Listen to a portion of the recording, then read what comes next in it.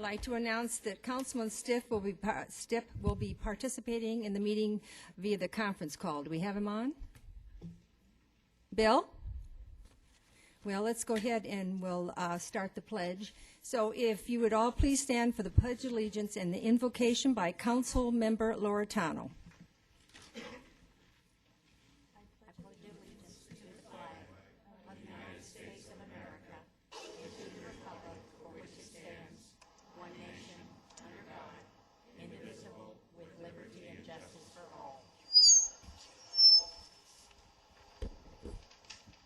Dear Lord, we ask you for your guidance and your help to make wise decisions in these very difficult times. We understand that we will need your help to make decisions for the city, and we ask that our leaders on the national level are also given to make wise decisions as well, that we can all live and prosper again. We ask for special guidance. Councilmember Stipp? Sorry, we ask for special guidance and can you hear me?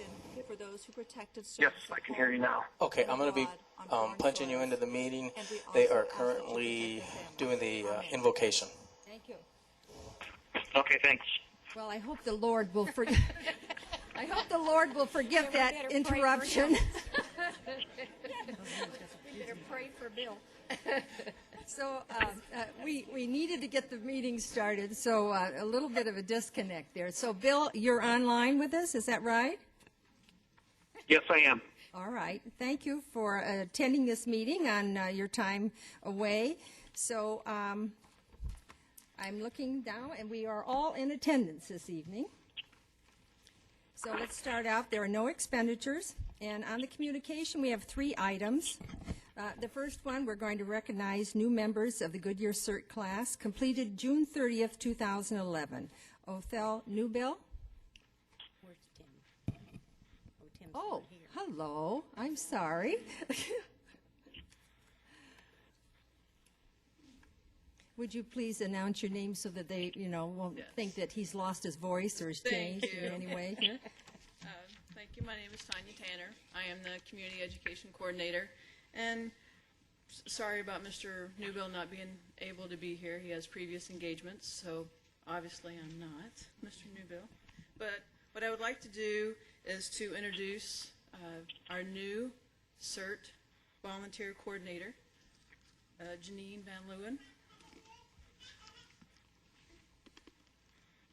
Good evening. Thank you, council members and Mayor Lord, for this opportunity. I started CERT 3 years ago, working for the school district, student safety. Have been most fortunate to continue on as a resident and of Goodyear. And tonight it brings great honor, and I appreciate the honor or opportunity to recognize our next Community Emergency Response Team class. I'll start walking forward, and then we'll announce them by name. A class that is geared towards helping a city better prepare in the event of a disaster, to be able to help out and be there and pull together. And we are very excited that our next class, we have 10 amazing, wonderful people that you will find tonight represent everything, different communities, as well as different businesses and backgrounds. So they're all coming up. We told them this was one of their final tests for CERT, how they come up as a group. So tonight, I would like them to step forward and kind of raise your hand when we call their names. Jeff Ron, one of our City of Goodyear residents.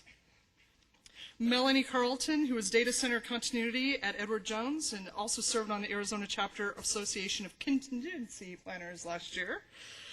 Corey Cooper from Cancer Treatment Centers of America with security. David M. Corbett, who's civil engineer and with Luke Air Force. Joe Hauser, City of Goodyear resident and former VIPS member. Kathy Hauser, Pebble Creek Security and VIPS Service. Doug Johnson, store owner, UPS store owner and City of Goodyear resident. Brian Kilgore, art teacher at the Liberty School District, as well as, very uniquely, he is the artist of the mural in the fireside over at Vinita. So if you ever see it, that's the man to the mural. Edward Chavez, doctor in City of Goodyear, and also Mark White, who's security at CTCA as well. Again, CERT is about community, and these people represent several areas within it. So we thank you and congratulate you very much.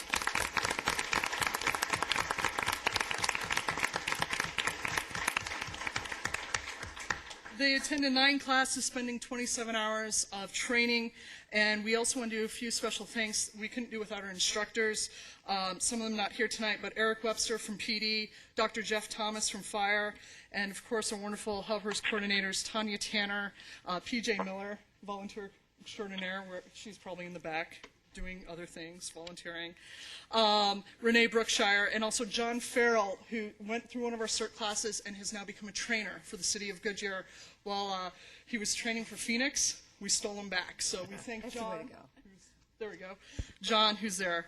And a couple other special thank yous. Paul Lorenz, who continues from Farmers Insurance to give us the water, and Keith Tanner, who's the Deputy Fire Marshal for Sun City West, is allowing us to do more classes because he works with us in partnering to let us borrow their fire suppression equipment until we're able to get our own through some grants and stuff. But because of that, we can hold more classes, and we can't do that without those types of wonderful relationships, working relationships. So special thanks to Sun City West. And finally, another very, very special thank you, Larry Atkinson from Cancer Treatment Center of America. He's their head of security and safety. Larry, on several accounts, not only did he send us 2 of his employees, he has promised to send us additional for future classes. He also was able to garner us a generous donation that is going to help us provide additional classes and purchase the equipment for those classes. And finally, equally important would be if you've ever eaten at the cancer treatment facility, he sent us snacks and cookies from there for the classes. It doesn't get better than that. So we thank CTCA for their continued commitment, and we look forward to working together. Our next class is in September. We've already had 11 interests out. We have 4 signed up. We look forward to doing that. And I close with, the C in CERT stands for community. And I will tell you, from your students to your instructors to your volunteers, I can vouch that on the part of CERT, we truly bring the community in helping to build the city of Goodyear in a better way and doing our part. So we thank you very much for this opportunity. Thank you. Thank you.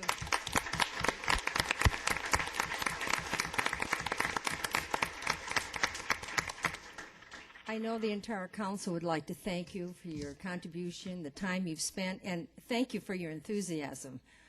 You can see why the classes are just going to grow and grow and grow. And I know it is a sacrifice of your time, but there may be that day. We hope it never comes, but when and if, we know we can depend on you, and thank you so much. Yes. Thank you.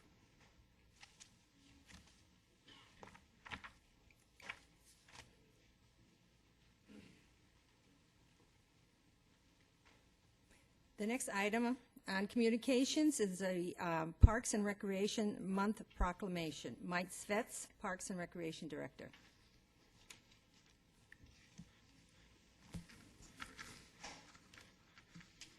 Thank you, Mayor, members of council. Mike Svets, Director of Parks and Recreation. I could probably stand up here and rattle off a bunch of statistics and all of the different things that Parks and Recreation does within the to increase the quality of life in the community. However, instead of you listening to me ramble, Parks and Recreation also is very much about partnerships, whether it be the YMCA, whether it be the Homeless Youth Connection, or more importantly, one of our strongest partners, Goodyear in Action. We felt it appropriate and a nice opportunity to highlight what they are doing with us in the community. So at this time, I'd like to introduce Jen Barber, Executive Director of Goodyear in Action.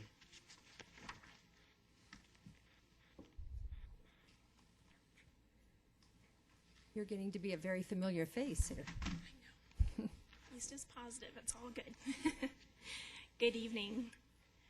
Good evening, Mayor Lord and members of council. I am Jennifer Barber. I am the Executive Director of Goodyear in Action. This evening, I would like to introduce Karen Verlardi, who is our new Vice President, Deborah Unjum, who is our President, and one of our new partners, who is Deb Robinson with the Maricopa County Department of Public Health.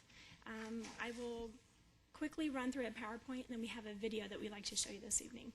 So first of all, the City of Goodyear and Goodyear in Action have formed a very special relationship, and it's all about collaborating to build a healthier community.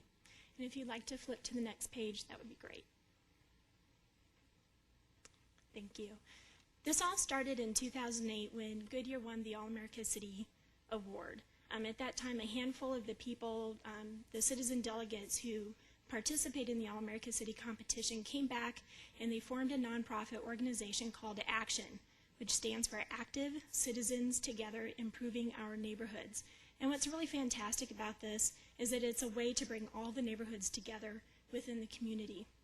Next page, please. In November of 2010, Goodyear in Action in the city of Goodyear began the process of becoming a Let's Move city. Vice Mayor Joanne Osborne has signed on as the Goodyear representative, and I am the community leader within the project. Next page. Let's Move cities and towns are communities making at least one lasting change within each of the 4 pillars that call for local action. What's really fantastic about this is that Goodyear in Action is already accomplishing many of the suggestions within each pillar, and the city of Goodyear is able to support many of the suggestions. In the first pillar, it's giving parents and caregivers the tools they need to make healthy choices in early childhood. Goodyear in Action and the City of Goodyear both support a website called GoodyearInAction.com where people can go for more information about healthy living in our city. And then we promote local community organizations that provide access to healthy activities. For instance, Goodyear Parks and Recreation Programs, Follow the Action, and Goodyear in Action Day, which this year will be November 5th. In Pillar 2, it's improving nutrition within schools. We have a very special program called Weigh In with GIA and Get Fit with IMS, and Deborah Unjum is one of our major partners in that. We also have a group membership within the President's Active Lifestyle Awards program. In Pillar 3, it's all about increasing physical activity opportunities, and each year we're doing more and more through Get Fit with IMS. Incorporating pedestrian and bicycle lanes into street development, which is key. You are absolutely fantastic in doing that. And in Pillar 4, making healthy food affordable and accessible, and a major achievement on the part of the City of Goodyear and citizens within the community is community gardens. You also require access to free and safe drinking water in public places, and you also have a farmer's market. At this time, we'd like to give a special thanks to Parks and Rec for all of your support. We sincerely and genuinely appreciate it, and we hope you enjoy this video.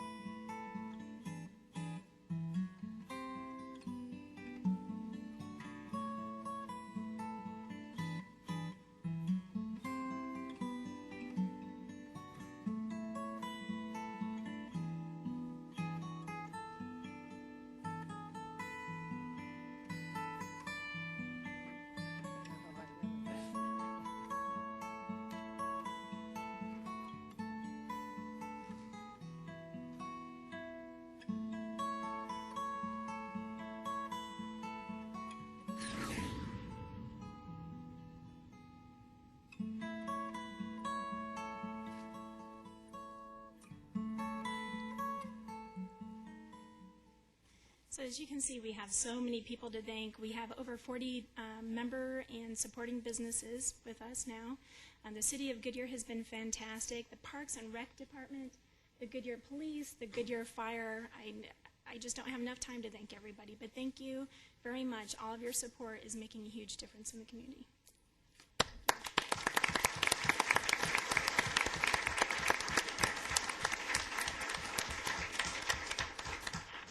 And your film just showed what makes Goodyear so great. It is the people. And it's people like you that have an idea, and you decide you're going to do it, and you do it. And you have progressed so rapidly on this. I just have to congratulate you, and I know the entire council feels that way. It's pretty extraordinary what you're doing for our city, and we can't thank you enough. So, July, we're going to proclaim Parks and Recreation Month in promotion of healthy lifestyles of Goodyear residents, and that's all due to the leadership of your committee and all of the people that have been involved in it, and the collaboration we have with our police and our fire and our staff. It's just a win-win, and thank you so much for all your effort. Thank you. Okay, thank you.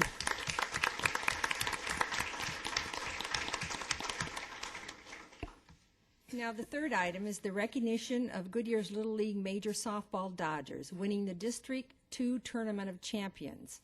What I would like, while I'm reading this, I would like the young people to walk up here and face the audience, okay? The Goodyear Little League Major Softball Dodgers team, they won the District 2 Tournament Champions on Wednesday, June 22nd at the Veterans Park in Towson with a score of 14-7. I'd say that's a healthy score.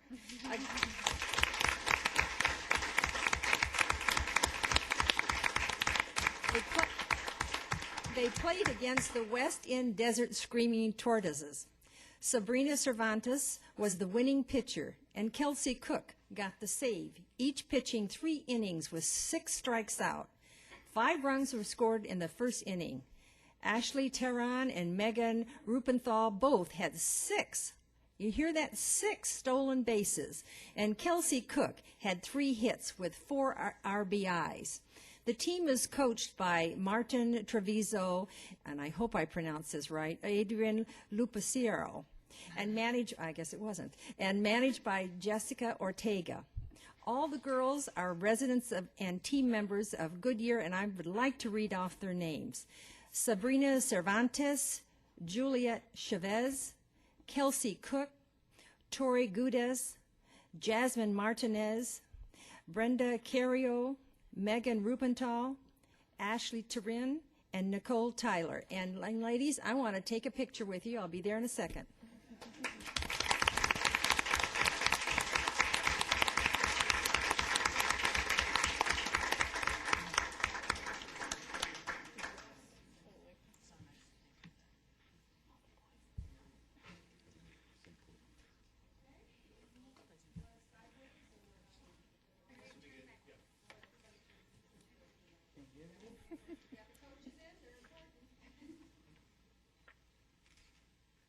So cool.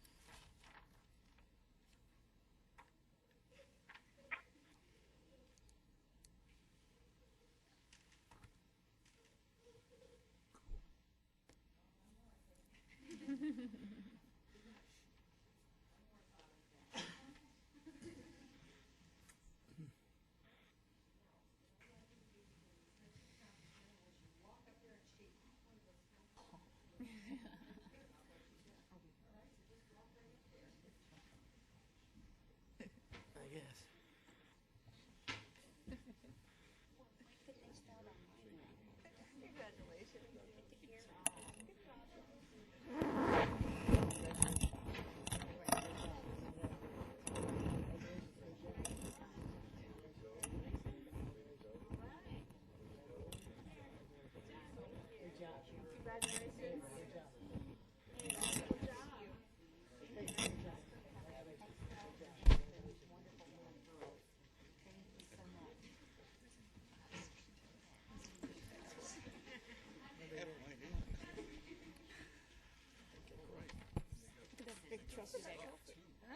That was nice, isn't it? That's feel good, isn't it? I do too. I love it. Nothing was ever pulled off but the consent agenda. I'm just going to wait a second. Yeah. Thank you.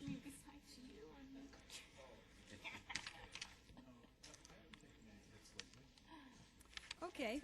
Are we ready? Yes. Okay. Now is the time for citizens' comments.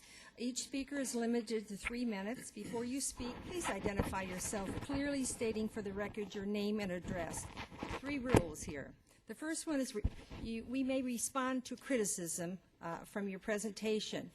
We may request staff investigate or report on the matter. And number 3, we can request that the matter be scheduled on a future agenda. And City Clerk, do we have cards tonight? Not on a non-agenda item. Not on a non-agenda item, okay.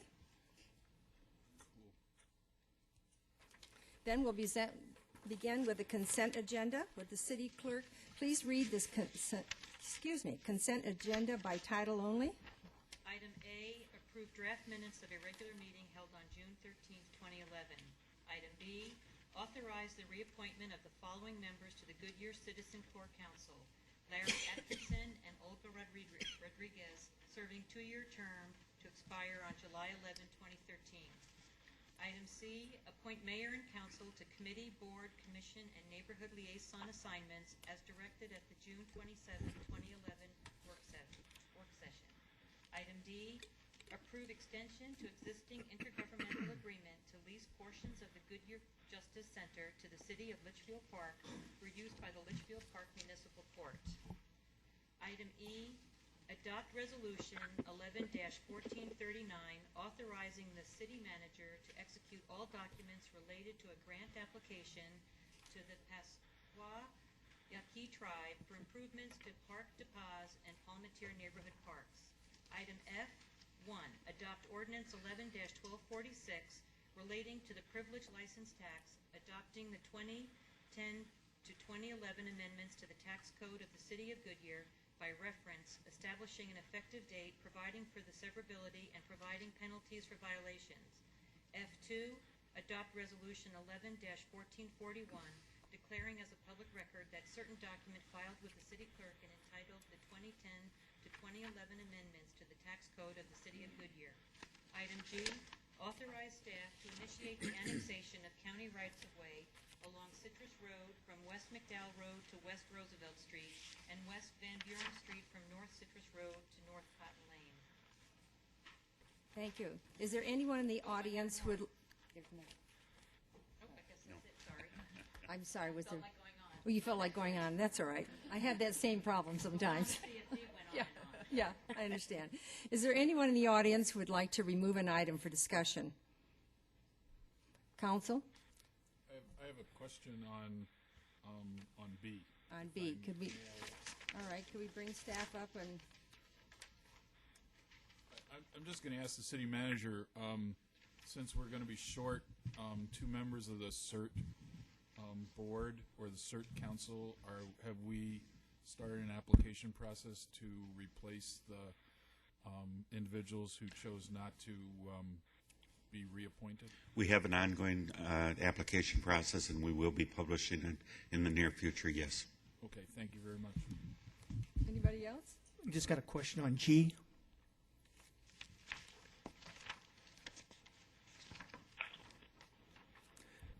Who should I ask? Manager or okay? The question I have is the right of way that we're getting on the roads, the condition of that right of way that we're getting, and is the $1,096,000 of funding we're getting from ADOT enough to cover the various resurfacing and the seal coat? The amount that we're getting has been negotiated with ADOT, and we feel comfortable with that is enough money, yes. Enough money to cover? Okay. Yes, it is. The roadway that we're getting, as far as the quality, is there anything in addition, or is that part of the resurfacing that's going to be happening? It's part of the resurfacing that will happen. Okay, thank you. Any other questions? I have a question, may I ask? Mr. City Manager, I was thinking we were going to get $2 million from ADOT. Is that in addition to the $1 million? I'm not familiar with the number $2 million. Councilmember Campbell. Okay. No. Okay. All right, thank you. Could I please have, then, if the discussion is finished, could I please have a motion and a second for items on consent agenda from A to G? So moved. Second. Motion is made by Vice Mayor Osborne and second by Councilman Gelser. Do I need a roll call for this? Roll call, please. Vice Mayor Osborne. Aye. Councilmember Pizzillo. Aye. Councilmember Loretano. Aye. Councilmember Campbell. Councilmember Gelser. Aye. Councilmember Stipp. Councilmember Stipp? Hello? Aye. Thank you. I'm here. Aye.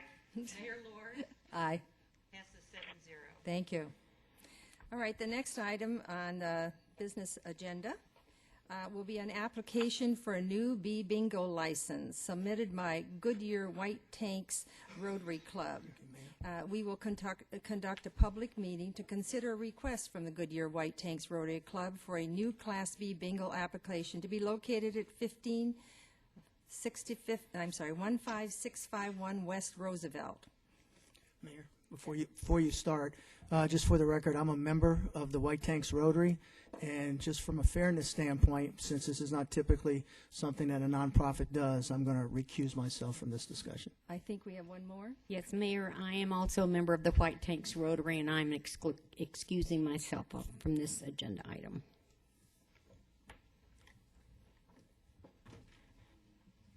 We need 4 votes in the affirmative then to pass this, is that correct? Yes. Okay. So, just to check with the city clerk, we need 4 votes in this to pass it, is that correct? Hello? That to determine they need 3 or 4. There's 5 to vote. 3, yeah. 3? Of the 4 that's here. Right. Okay, that's, All right. I would like to open the public hearing, please, and a staff presentation by Maureen Scott. Hello. Good evening, Mayor Lord and council members.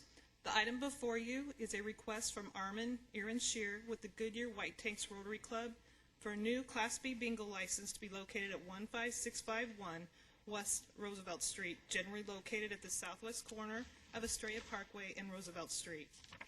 The property is zoned C2 General Commercial District under the category of entertainment establishments, which allows for a bingo center. According to the Arizona Department of Revenue, the Class B license is for qualified organizations to generate funds in supporting lawful activities. The Goodyear White Tanks Rotary Club provides community service and financial support with a focus on the Southwest Valley community's local needs. They have operated successfully with this focus for 23 years, and they contribute annually to more than 30 charities. All net proceeds earned from the bingo will be distributed by the Special Projects Committee of the Goodyear White Tanks Rotary Club to community entities that are selected by the entire club organization. Arizona has a large retiree population that loves to play bingo. This bingo center would be the westernmost bingo venue in the valley, in addition to one that is located in Surprise. It will offer a safe, clean, friendly environment for bingo entertainment. Food and alcohol will not be served, but there will be vending machines available for snacks and drinks. Hours of operation will be Tuesday, Wednesday, and Friday from 6:30 p.m. to 9:30 p.m., and Saturday 1 to 4:30 p.m. and 6:30 to 9:30 p.m. When the facility is not in use for bingo, it can be rented for meetings, conferences, and other community functions that need a larger space for a reasonable rental rate. A pre-application meeting has already taken place with city staff from Building Safety, the Police Department, the Fire Department, the Planning and Zoning Department, and with Gary McEachran, who is organizing this bingo request. Each department reviewed city requirements and procedures for this request. Parking concerns was one of the items discussed with Mr. McEachran. Due to the intensive use of parking that a bingo center will need, a parking study will be required before building permits are issued. The City Council's recommendation of approval or disapproval will be forwarded to the Arizona Department of Revenue for their consideration. The state does not begin their process without the city's approval. Vince Evans and Gary McEachran, who are coordinating the bingo license, are here to answer any questions you may have. Thank you. Thank you. City Clerk, is there any cards? Yes, I have 2 speakers. Okay. First one is Holly Carrier. Ms. Carrier?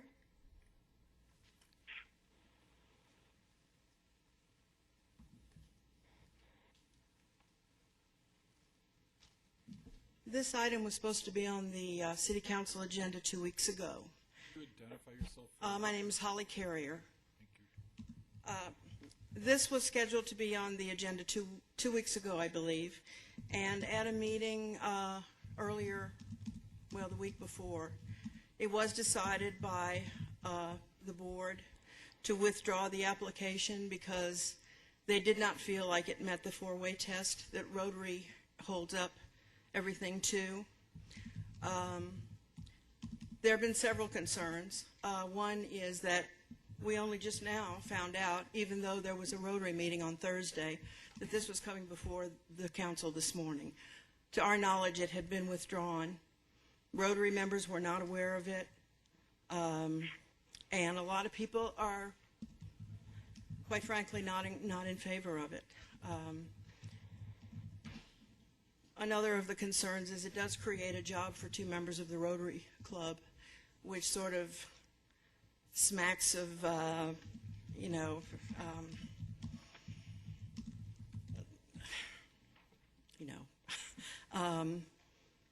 somebody's making money off of it, although members of the club are making money off of it, and we're uncomfortable with that. My biggest concern is that Rotary Club does so much good work, gives so much money to so many good things.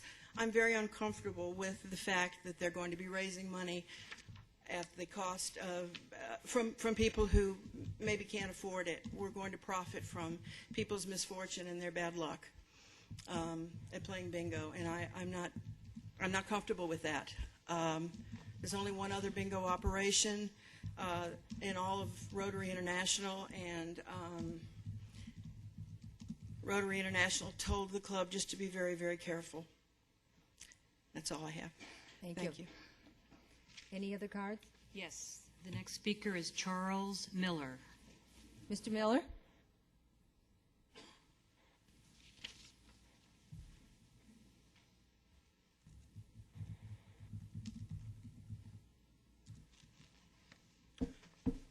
Good evening. I'd like to say hello to the honorary mayor and honorable mayor and council members. My name is Charles Miller, and I represent the Rotary Oversight Committee for this bingo operation. I would like to note that there are a few members that are not in favor of this, but at a vote of the members of the club, it was put to all the members, and it passed more than 4-1, that we continue investigating the idea. We are in the process of currently rewriting the business plan. We have a business plan, but we're writing a more comprehensive business plan. We felt the application should be submitted to the town of Goodyear so that we could find out Goodyear's ideas on this before we put a lot more money into the people that we're going to need to help us with this business plan.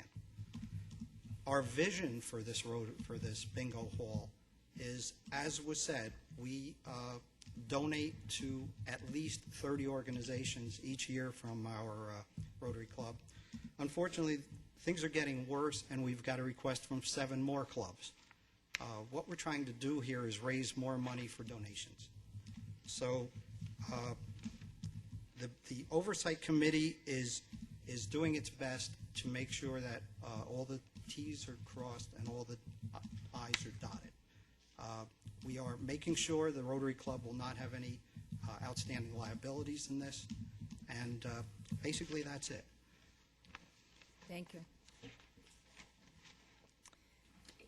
Do I hear a motion from the council? Mayor, you need to close the public hearing Oh, I'm first. sorry. Thank you very much. Public meeting closed.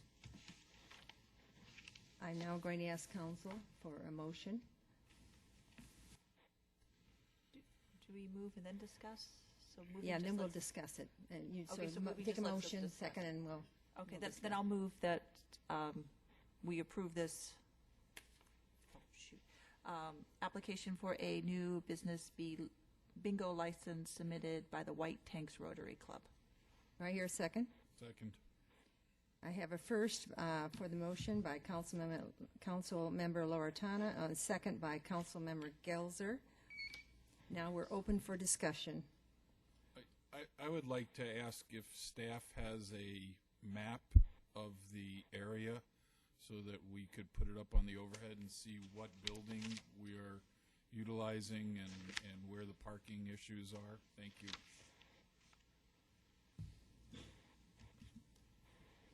And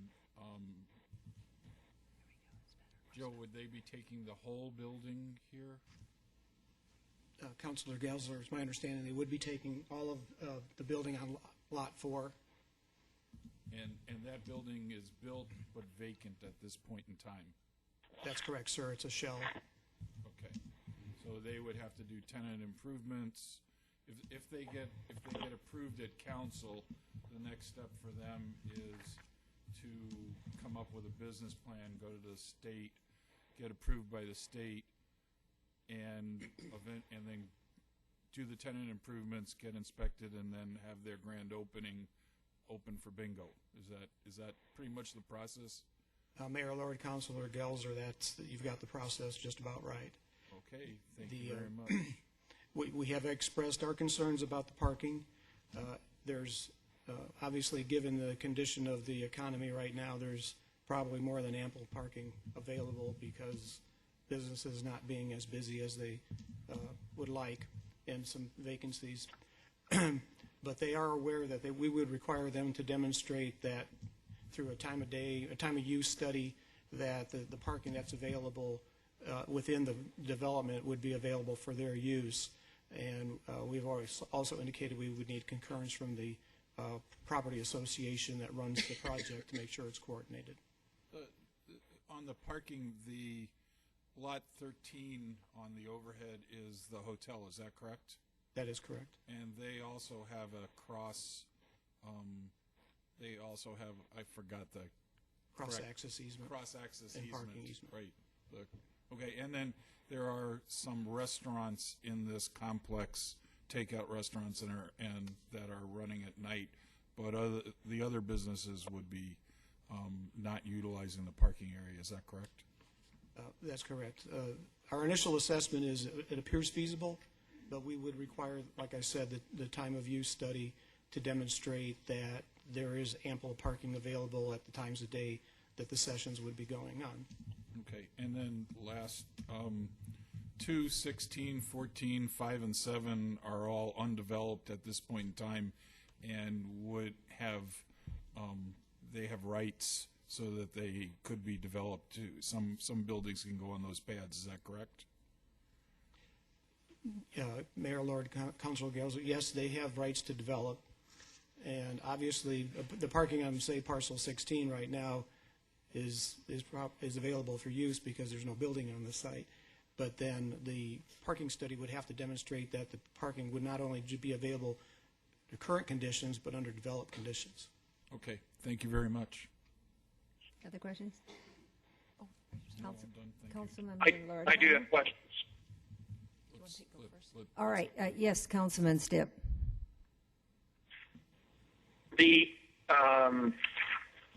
I share Councilman Gelzer's concern about the other businesses.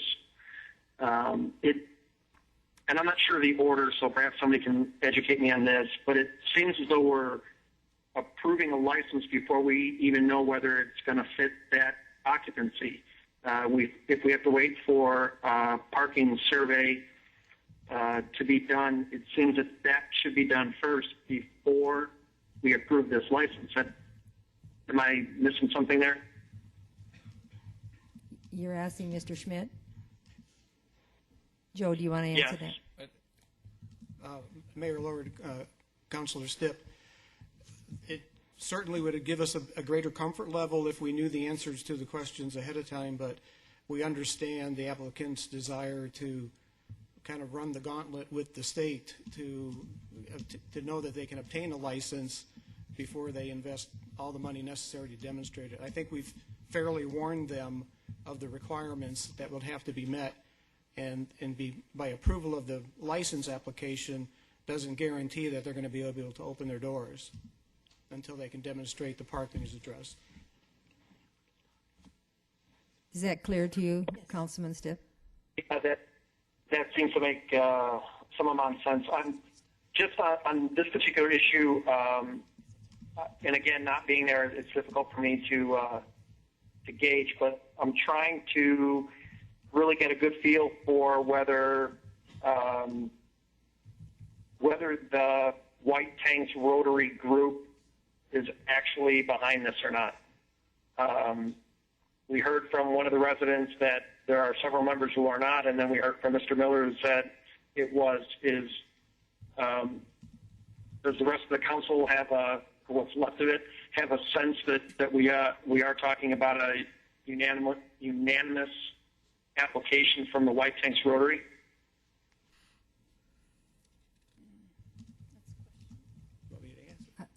Are you expecting him to answer this? Well, I'm kind of looking for someone to answer that, whether it be Mr. Miller or somebody, but I don't have a good feeling that this is a unanimous decision by the White Tanks Rotary Club. And I'm having a hard time approving a bingo license for a portion of the White Tanks Rotary, if indeed it is not a unanimous decision by that organization. A. B.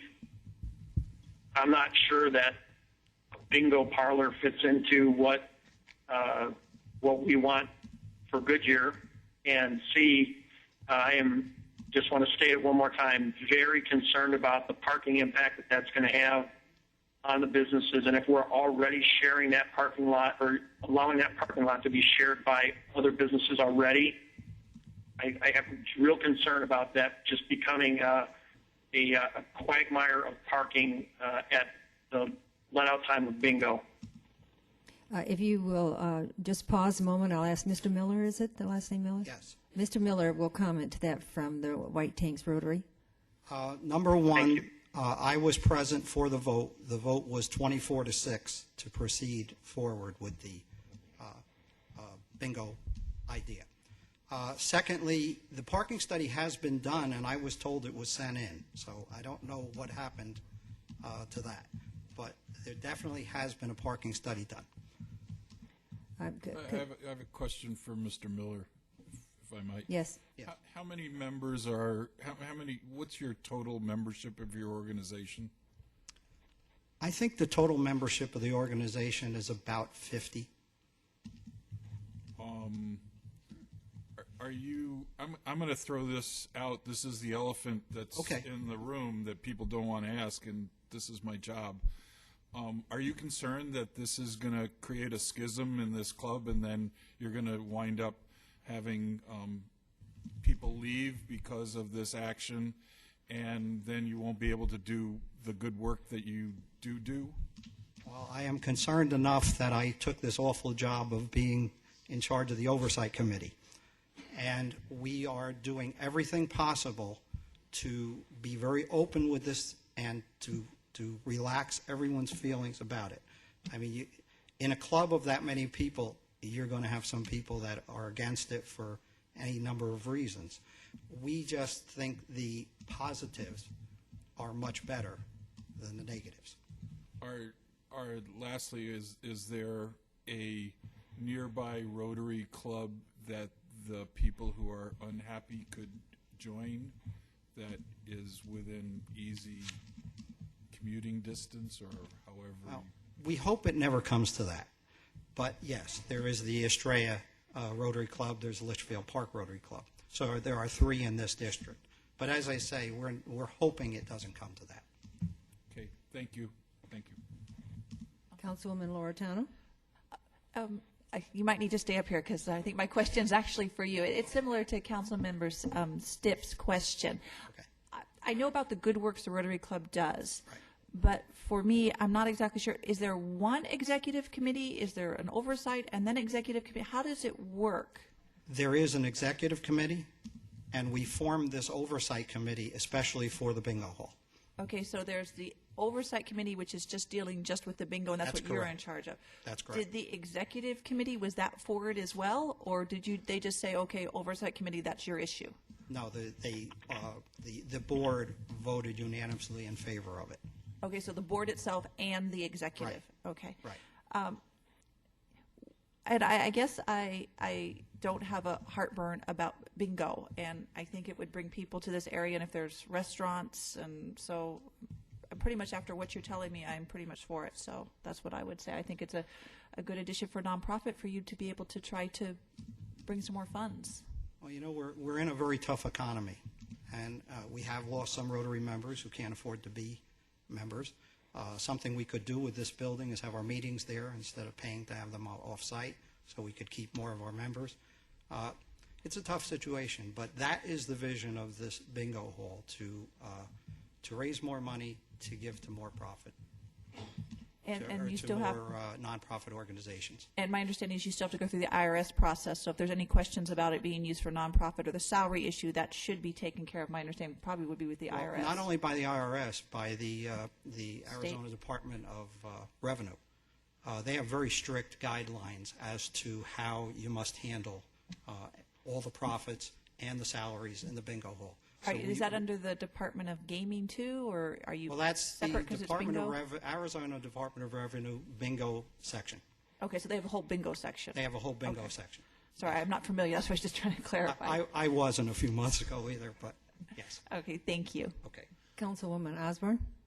Well, some of the questions I had haven't answered. I guess there really was this concern that, first I'm going to start off by saying I'm a bingo player, have been for quite a while. I like bingo. But I was concerned over the fact that the messages, the emails we've been receiving have stated that the oversight committee had not voted that this was time to move forward. And so I'm hearing two different stories. That's not true. So that is not true. That's So the not true. oversight committee did vote to move this forward, that you felt that you were ready. The general membership voted to move it forward. Okay, We're I'm asking overseeing. about you're the chairman of the Right, oversight committee. right. Did the oversight committee feel that it was time to move forward, or did you vote not to move forward? Well, there were some meetings done by people who actually were not on the oversight committee. They voted against it. Okay, but the actual oversight committee, who we have put together again now, has been in favor of it. Okay. Well, myself for bingo, and I mean, quite frankly, helping raise some money for nonprofits, I have no heartburn over the fact that it's a, some will argue, yes, it's gaming, yes, it's I don't have that strong of opinion on this, and some of the rumors I've been given, I have concern for. But as a council member that has to look at a site plan, has to look at the cause going forward, I support. I also think that the parking situation is a good concern. However, with the times of days that they change of, kind of like when the churches share parking lots, I see the same thing. When you're busy, it may not be busy for another part of that development, and so I don't have as much heartburn over that. But I will say that, there were red flags raised in my head over some of the things that I was hearing, and I do caution that. And so, but as a council member for this project, for this, you know what? I'm going to have to leave it to the Rotary for you guys to handle that situation. I'm also, thank you for your comments, by the way. I'm also somewhat concerned because we did get 2 emails, very negative emails on this. But I'm moreover concerned about the parking and the capacity of the building. So can staff tell me how many people they can get in that building, to play bingo? So that should Excuse me, Madam Mayor. I'm sorry, Madam Mayor. That's exactly why we want this parking study, which we have not seen. So Mr. Miller referred to a parking study that's been done. we have not seen Well, it. is there a way that we can postpone this? Because I think Certainly. there's just too many questions, and I wouldn't want to get in the position, and I know there's a lot of empty buildings right now, but we have a lot of people looking at us right now, and that's just an ideal place for restaurants, which would be open at the same time that you're open. So that's where my concern is. So, The council certainly has the option to all right. defer action on this. Yes? I question why. I think they're asking for a sense of the council, and if we approve the application, that still does not mean that they are home free, because community development will have to. The fire marshal will have to come in and look at the building, see what's required, and determine an occupancy, and then community development will have to evaluate the parking study and see if it meets both the current needs and the future needs. If we postpone this and then we start looking at these evaluations, the question is, can they move forward? And basically, two of our council members have said, well, they support it. As far as bingo goes, I would be supporting it. I don't have an issue. I don't have That's an issue that's either. the Rotary's issue. I would really recommend that we send the application, if there's a sense, if there are, a majority of the votes, that we approve this with the understanding that it may fall by the wayside because it doesn't pass the parking test or it doesn't pass the occupancy test or their business plan isn't going to work. And that's their... I have no concern over bingo.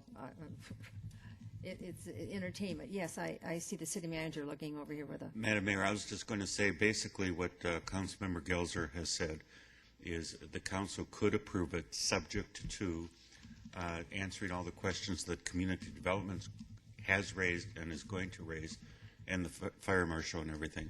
So that gives the use question an answer if you did approve Do it. we need to change this motion we just made? We have to or add do we add this to stipulations, the... or can we just say sense of Yeah, the we- council and have the clerk,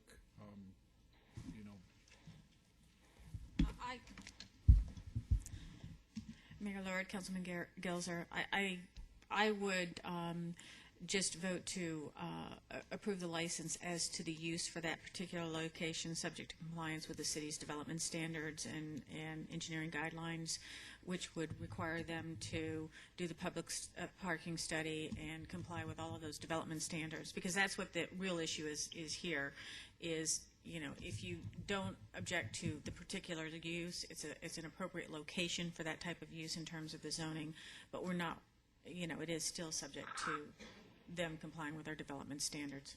Okay. Thank you very much. Madam Mayor, I would just as soon vote on this thing. Okay. So could I add the motion? I have to amend my motion then? Yes.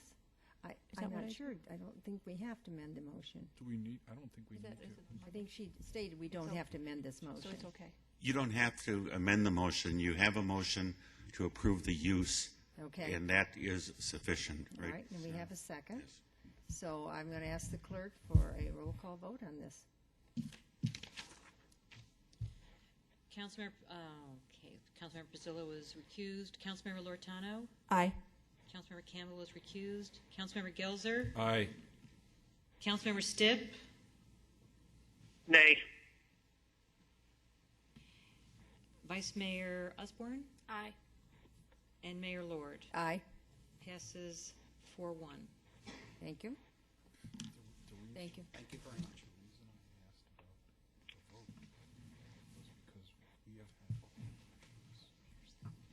Item B, we're going to set the property tax levies for FY 2011-12. Staff presentation by Terry Canada.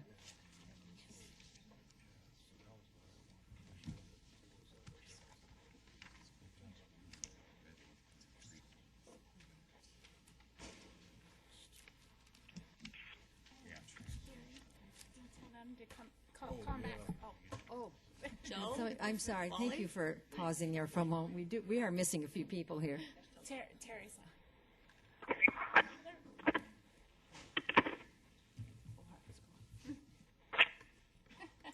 I'm sorry. I forgot you couldn't hear in that room. Sorry.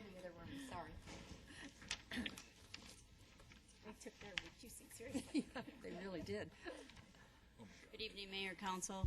I'm pleased to be here tonight. This is the final step in the fiscal year 11-12 budget process. We will be asking for adoption of the property tax rate tonight.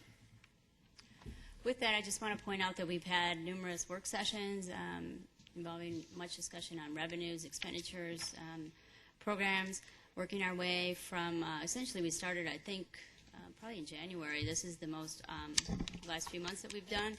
The tentative budget was adopted on May 23rd. That set the ceiling, the maximum expenditure amount that we could have for fiscal year 11-12. That was $213 million. A couple weeks ago, we did the regular property tax public hearing and also adopted the final budget, which did remain at the $213 million.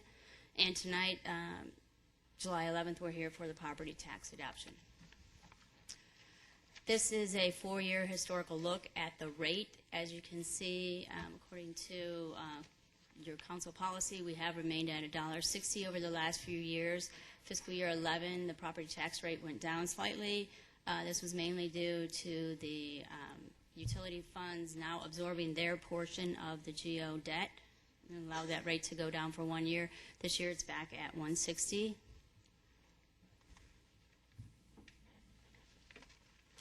Overall, the property tax revenue has decreased 8% from the prior year.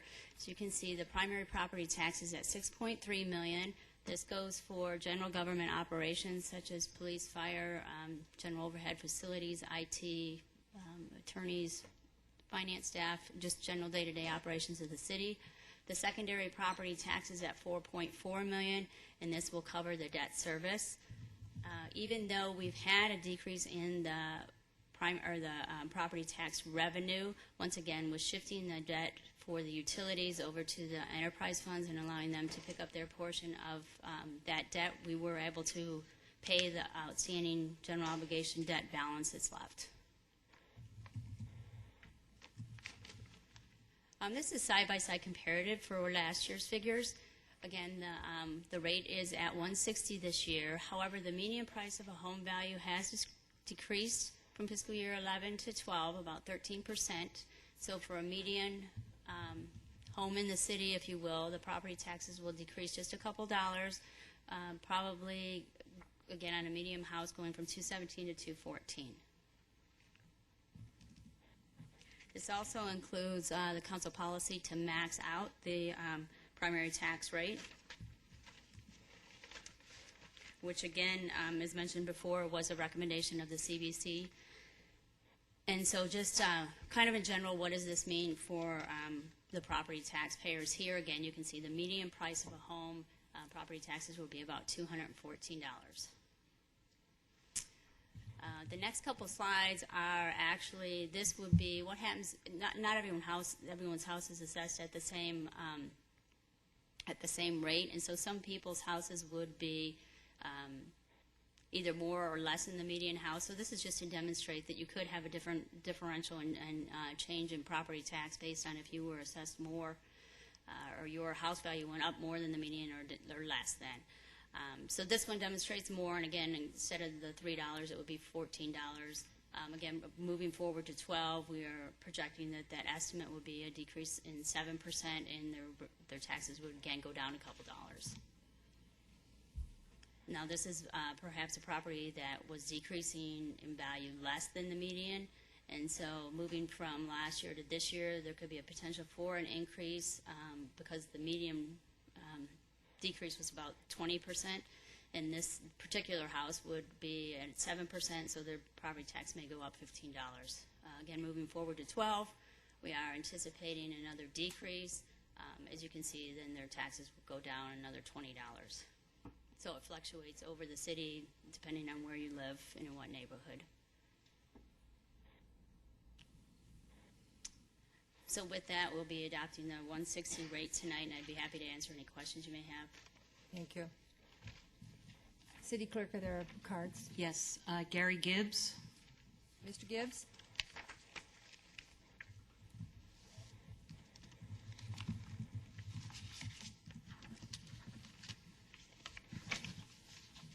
Good evening. Gary Gibbs, 17562 West Polaris Drive, Estrella, Goodyear.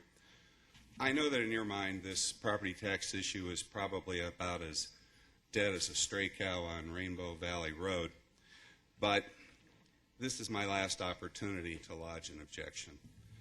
You have raised the property tax and you have rationalized it in two ways. Firstly, at the time you lowered it, you said you would raise it in the following year.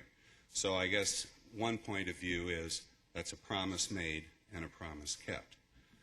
Secondly, in reading some of the backup material, the fact that the tax is going up but the amount that people will pay is actually going down was described as counterintuitive. Frankly, I don't find it counterintuitive at all. It's a product of simple math. For most of us, when we get up in the morning, we find out that our house is worth about $500 less than it was when we went to bed the night before. And that's why we're paying less, even though the rate has gone up. Because for most people, their single biggest financial investment is in the tank. One more point, and this is perhaps even more disturbing than just raising taxes, and I don't know whether I can take advantage of city audiovisual or not, but Terry Canada's very first slide, the 4-year history, you can either throw it up or choose not to. But if we go back 4 years ago to the beginning of what historians will no doubt call the beginning of the Fischbach era, the property tax, 95 cents of that $1.60 was going toward debt service, and 65 cents was going to the general fund to fund daily, day-to-day operations. 4 years later, it has completely reversed itself. So now you have 95 cents out of that $1.60 funding day-to-day operations and 65 cents going to pay debt service. I submit to you that that is not unlike making the financial decision to pay the minimum balance on your credit card. It never goes down. Thank you, whoever put that up. I appreciate that. You can see the flop and change in the primary and secondary rates. Personally, I consider that to be poor financial policy, and I consider it to be irresponsible, and I would ask you to reconsider taking action this evening. Thank you. Thank you. Any other cards? No. Could I ask the clerk to read the ordinance by title only, please? Adopt ordinance 11-1245, levying upon the assessed valuation of the property within the city of Goodyear, subject to primary and secondary taxation, a certain sum upon each $100 of valuation sufficient to raise the amounts estimated to be required in the annual budget for the purpose of paying for various expenses, to raise the amount estimated to be received from other sources of revenues, providing funds for various bond redemptions for the purpose of paying principal and interest upon bonded indebtedness, all for fiscal year ending the 30th day of June 2012. Thank you. Could I please have a motion and a second? I so moved that we approve the item as read by the clerk. Do I hear a second? Second. I've heard a motion by Councilman Gelser and a second by Councilman Pizzillo. Open for discussion. Councilman Pizzillo? I got a couple comments. First thing, when it comes to the property tax, I took a look at the actual levy, and again, I tend to focus on the levy because that's actually what I'm paying. In 09 and 010 was $14,890,000. Fiscal year 11-12 was $10,700,000. Now I realize assessed valuations are dropping, but that's a $4 million drop in property tax total. My calculation is about 28% drop. So the actual taxes that the average person is paying over the last 2 fiscal years has dropped. Now, as far as the policy of maximizing the primary, there's a reason. In fact, if I'm not mistaken, and somebody can correct me if I'm wrong, even the CBC backed that policy of maximizing the primary property tax, if that's not correct, the rate within the limit of the $1.60. So That's nothing unusual that we've been doing with what the Citizens Budget Committee had recommended. So from my perspective, I think we've been managing the city quite well. From a tax standpoint, the tax has actually been going down. Now, again, one of the key reasons why the tax has been going down, which I think is real important, is even when I was an employee at the city, never was fond of north of 10 subsidizing south of 10. What I mean by that is the debt service that was water and sewer bonds was included in the property tax, which means people north of 10 were paying for something they weren't getting any benefit from.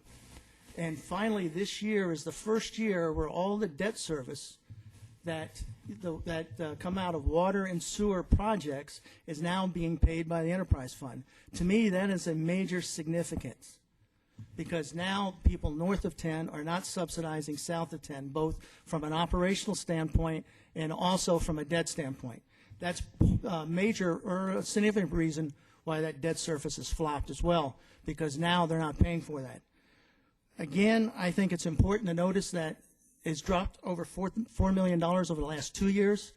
I did some calculations of my own, and I know my property tax has dropped, I think it was like 30% over the last 3 years. So again, the taxes are going down, even if the rate's staying the same.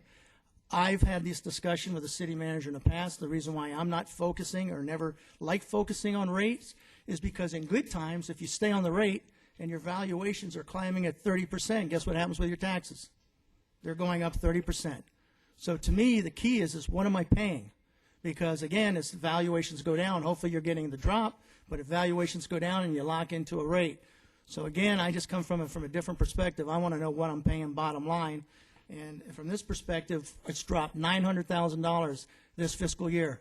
Somebody's getting a break on taxes. Unfortunately, mine's going up 49 cents based on my calculations, so I'm on the short end there. But overall, with 900,000 going down, and we haven't de-annexed any land, and we've added new property, somebody's getting a tax break in addition. So I just, again, want to share my perspective. It's a little different, and I think we're doing fine there. Thank you. Thank you. Any other discussion? Could I ask the clerk for a roll call vote, please? Councilmember Loretano? Aye. Councilmember Campbell? No. Councilmember Gelzer? Aye. Councilmember Stipp? Aye. Vice Mayor Osborne? Aye. Councilmember Pizzillo? Aye. Mayor Lord? Aye. Passes 6-1. Thank you. Let's go to item C, adopt revised division guidelines manual. We will conduct a public hearing, conduct a public hearing of the proposed resolution 11-1437 and ordinance 11-1242 related to the proposed updating and revision of the City of Goodyear's design guidelines. So I'm going to open the public meeting and presentation, please. Thank you, Mayor and Council. I'd like to start off just by framing this for you briefly. What you have before you tonight is a resolution and an ordinance. The resolution will declare the design guidelines document as a public record, and then the ordinance will adopt the revised design guidelines manual pursuant to that resolution. So they work hand in hand. It just helps the clerk that she doesn't have to publish the entire document in the newspaper. We can only have to publish the ordinance. So that's why it's being done that way, if you haven't seen that often in the past. Briefly, the design guidelines update was undertaken in response to the guidelines that were adopted in 2001. They were very well done. We actually won an award from the Arizona Planning Association. But it was time to take a look at it. It's 10 years old, and we wanted to make sure that if we could make the document better in terms of how it can be used and reflect modern trends, we wanted to do that. So this is a similar presentation to what you saw in your work session, but it's going to be quicker and shorter. As I said, we wanted to include innovative design guidelines in the guidelines and provide clear direction. Occasionally we did get criticisms that when things are really flexible, then is a question as to what you really want. So we tried to be a little more explicit. We made the document more concise and efficient, and we repackaged it to make it more user-friendly. We've been working on the project for quite a while. We released the draft in March.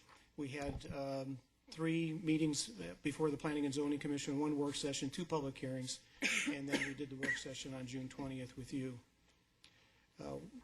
In terms of looking at the revisions, we examined the practices of other cities, most of who are considered to be good cities to emulate, and so we took and picked and chose from those and tried to get the best we could.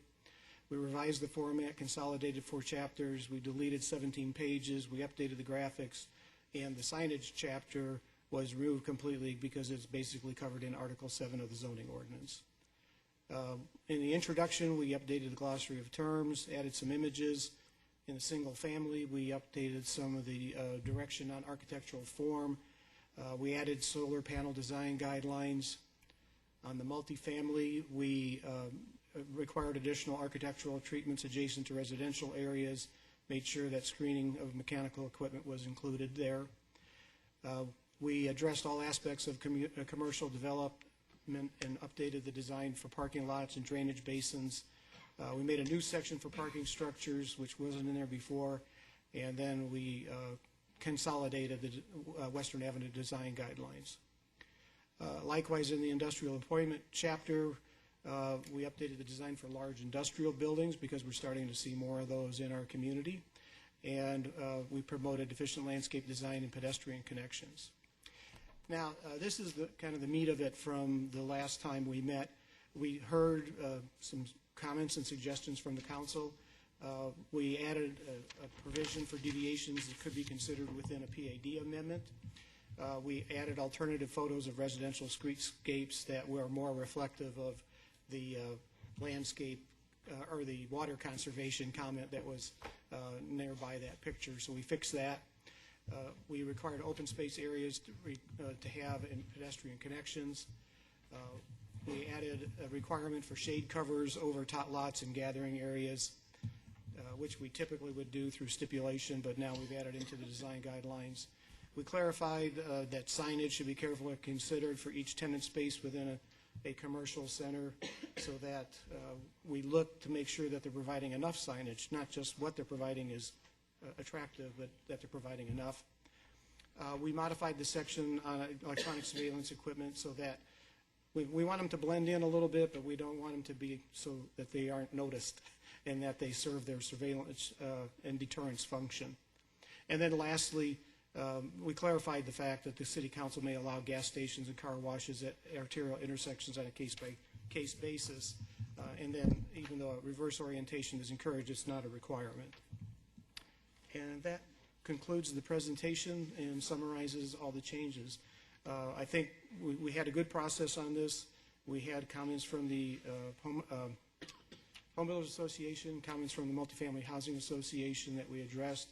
We had comments and suggestions that the council made, and we tried to incorporate all of those from the work session. And we met with Councilor Campbell separately to address hers and had very productive discussion on that. So we feel comfortable in recommending it for adoption tonight and ask that the mayor and council consider that. Thank you, Joe. Thank you. Now it's the time for the public comment. Do we have any cards? No. That's nice to hear. Then I will close the public hearing and ask for the city clerk to read the resolution by title only, please. Adopt Resolution 11-1437, declaring as a public record that certain document filed with the city clerk and entitled City of Goodyear Design Guidelines Manual dated July 11, 2011 for the City of Goodyear, Arizona. Could I please have a motion and a second? So moved. Second. I have a motion given by Councilwoman Osborne and a second by Councilman Pizzillo. Could I ask the clerk for a roll call, please?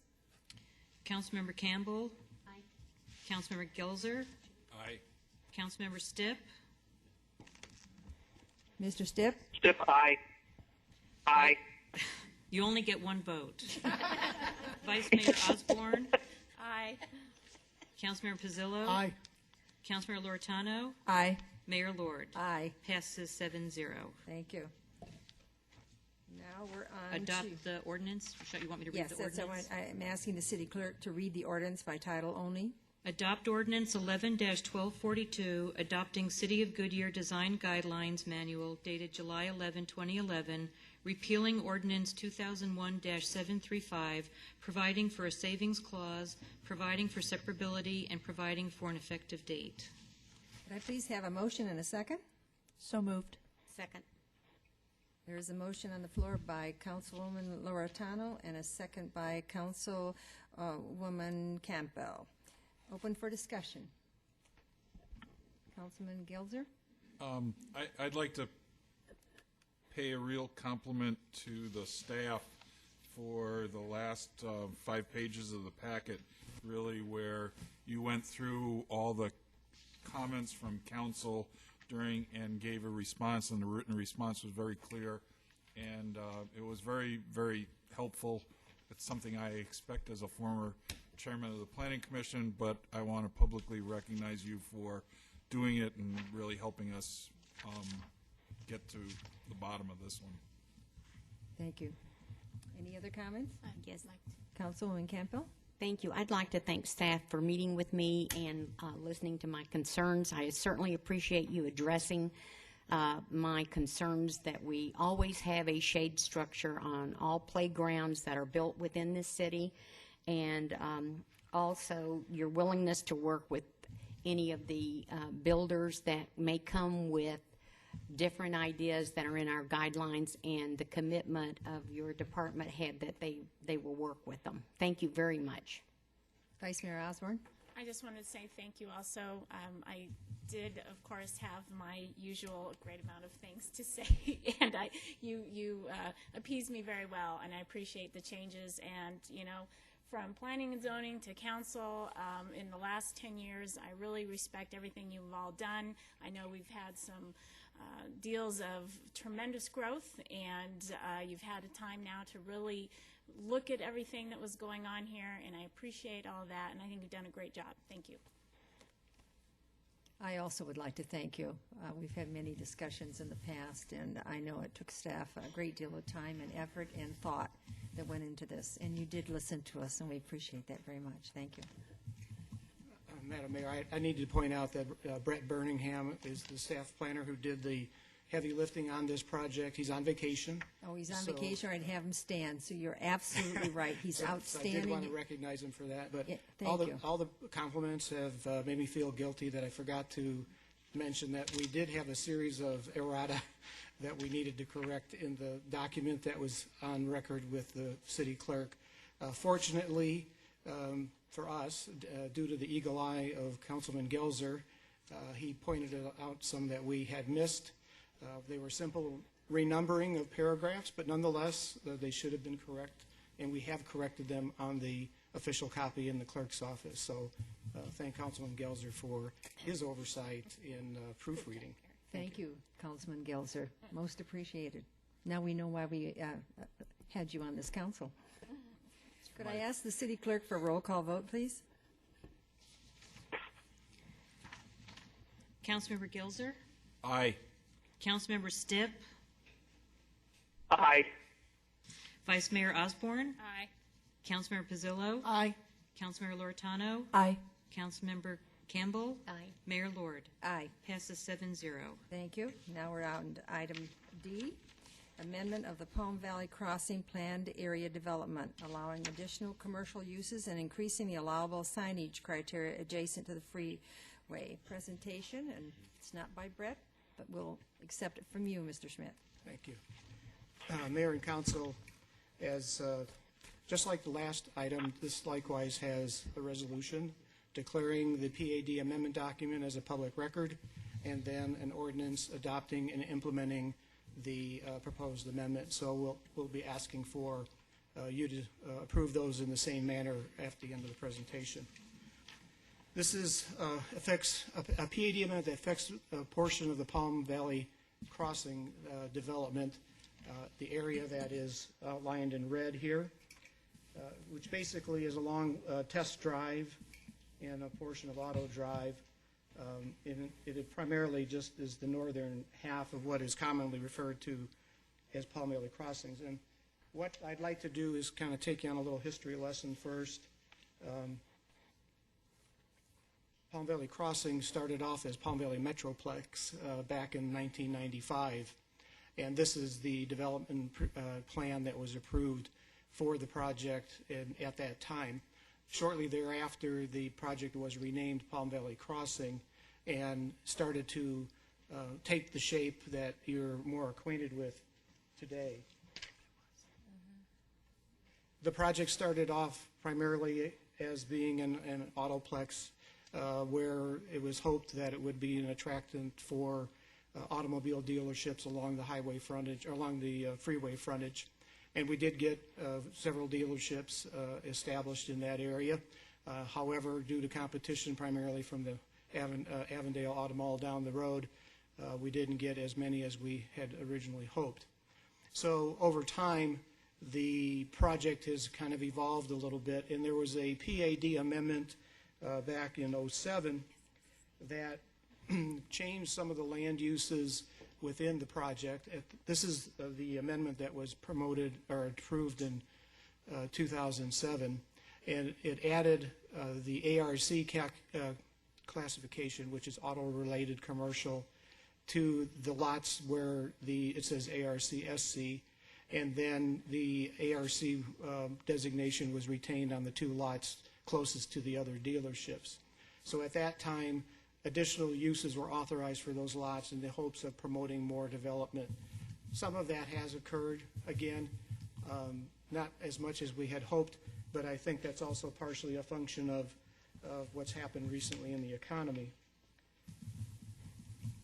This PAD amendment that we're considering tonight is the area outlined in red, and it covers those lots just pretty much on the north side of Test Drive. And what is being proposed is that those lots be allowed to have what's called a modified C2 classification in addition to its automotive-related uses. Once again, the intent is to expand the permitted use list, create more opportunity for retail to be established within this development, not restricting it just to solely automobile-related uses. It's been a struggle getting more automobile-related uses, and it probably will continue to be a struggle based on what's happened, particularly in the recent past with the automotive industry and the economy. In addition to the PAD amendment to allow the expanded use list on these lots, there is a modification to the development guidelines to allow the businesses with freeway frontage to have a larger sign presence. In fact, somehow the rodeo sign, the Ford sign that was out there was actually a little bit larger than probably should have been allowed, but somehow it got through in years past when Pioneer was there. And so what the change to development standards would do would set a different standard for those signs so that what's out there could conform, and it would allow them to have a reasonable exposure in terms of signage to the freeway, and on a level that is consistent with some of the other commercial developments that we've authorized along the freeway. So not something extraordinary, but something that's consistent with the rest. The proposed PAD amendment is supported. This is a multiple property ownership.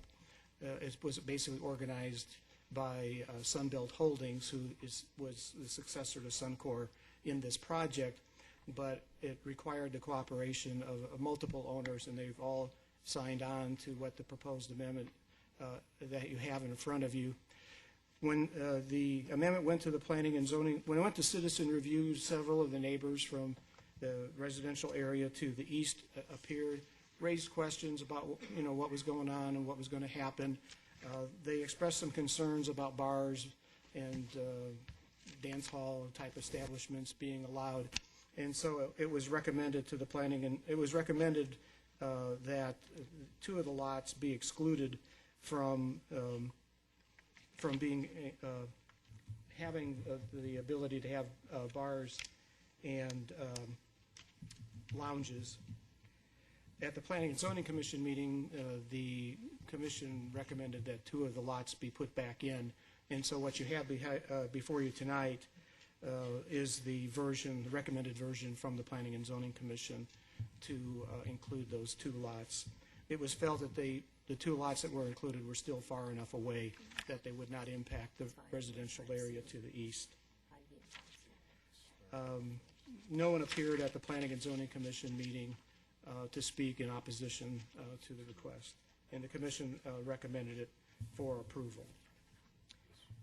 With that, I'll close my remarks and stand by for any questions. Thank you. Could I ask the city clerk, please, to read the resolution by title only? Adopt Resolution 11-1438, declaring as a public record that certain document filed with the city clerk and entitled Palm Valley Crossing Planned Area Development Amendment Number 2, dated June 7th, 2011. Thank you. Are there any speaker cards on this? No. Thank you. Could I please ask for a motion and a second from the council? So moved, Madam Mayor.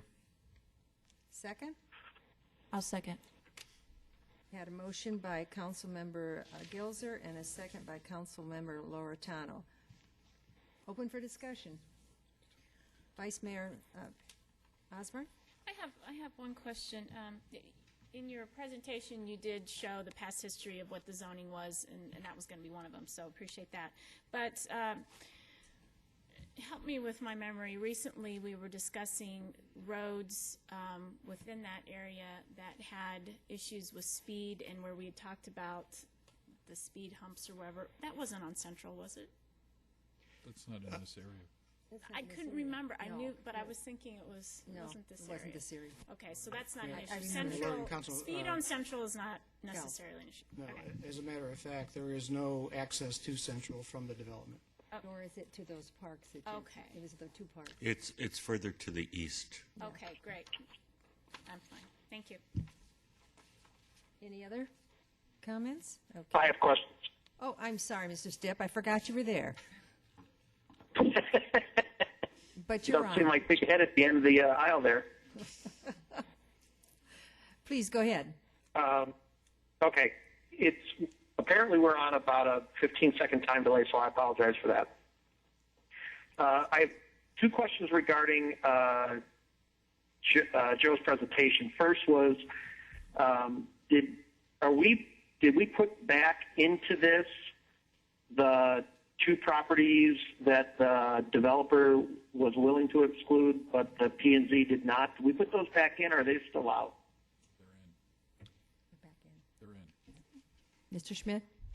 I'm going to respond.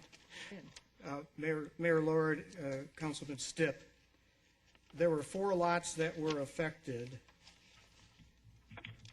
Was that 5C 4, and 5D? 5A, 5B, and 5C, and the 2 of them were put back. 4 and 5A were put back in by the Planning and Zoning Commission, and that is what is before you tonight. So which 2 were taken out and did not get back in?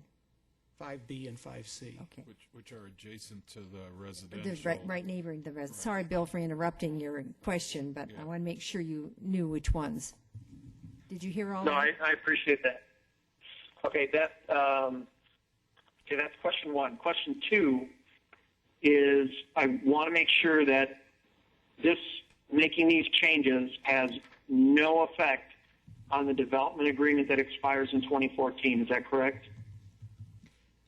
Mayor Lord, Councilor Stipp, it has no direct effect on the development agreement.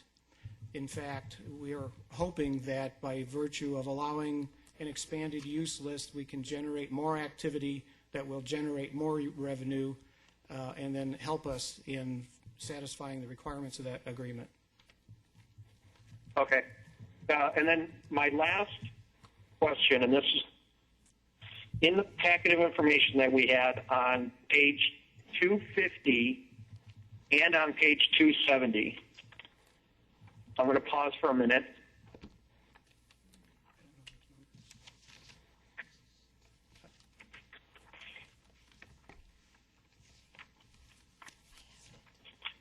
I think they have the pages. Go ahead. Okay. The amendment talks about, and I'll read this half a sentence. Additional building-mounted signage along the inner 20 footage, which makes it sound like Interstate 20. Is that a typo, or is that supposed to be 20-foot frontage? How should that read? It would be the last page of the amendment. Mayor Lord, Councilmember Stipp, I think you are right. I think it's a typo that it should be Interstate 10 instead of 20. Did you hear that? Okay, so it's on that page and on page 250. And I apologize for not calling earlier. I picked that up on the plane today. And those are my questions. Did you see both places?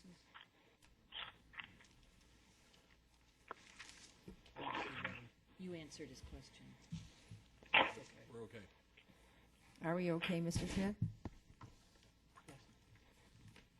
Bill, are you satisfied with the answers? Yes, I am. Thank you. All right, you're quite welcome. We're going to put you in a room with with Councilman Gelzer for noting that mistake. We appreciate it. Thank you. Could I ask the clerk for a roll call vote, please? I'm sorry. Mayor Lord, Sorry, I have a couple of Speak questions. up, please. Yes? Sorry. The Goodyear Citizen Review, or the Citizen Review meeting, there were residents that came and spoke in opposition to the bars and the clubs. This is correct, right? That is correct. And they were concerned about noise, et cetera. I just do not want us to be in the same situation should a bar or a nightclub open over there and they have outside smoking areas with music being piped out there, that we have to mitigate a noise with the neighbors as we did with Wild Wings. Remember that? That was a big issue. So I don't know if that can be addressed should the developer or whomever comes back before planning and zoning or whatever. But that's a concern because the citizens said that they were concerned about it, but planning and zoning apparently didn't think there was enough concern expressed. So therefore, planning and zoning put those lots back in, and only one commissioner on planning and zoning voted no. Right. So that's my concern. Okay. Mayor Lord, Councilmember Campbell, you've got it exactly right. That's exactly how it happened. I think with respect to the Commission's action, no one from the neighborhood appeared at the Planning and Zoning Commission meeting, and I think that they felt that the distance involved was great enough that it wouldn't be a problem. Would you just review that distance to the public? Is it? Yeah, I think the distance from Litchfield Road to Central is at least a quarter mile, and so it's probably almost an eighth of a mile. Well, I guess 5A is, yeah, it's probably 600 feet. It looks closer, and those boom boxes are very annoying.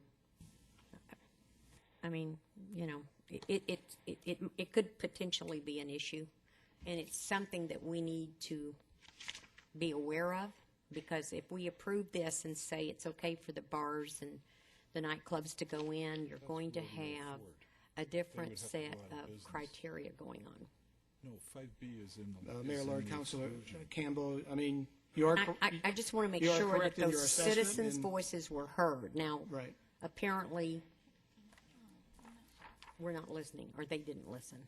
I think there was one other point that I should mention, is I think they felt, too, that there would be buildings in between the Central Avenue and the lots that they Okay. re-included. I think they thought that was another factor, Okay. just by way of explanation. Any other comments? I think I'll make sure we're looking at this right. 5A is actually already built on, right? That's the Ford. Rodeo That's the Ford. Ford dealer, right?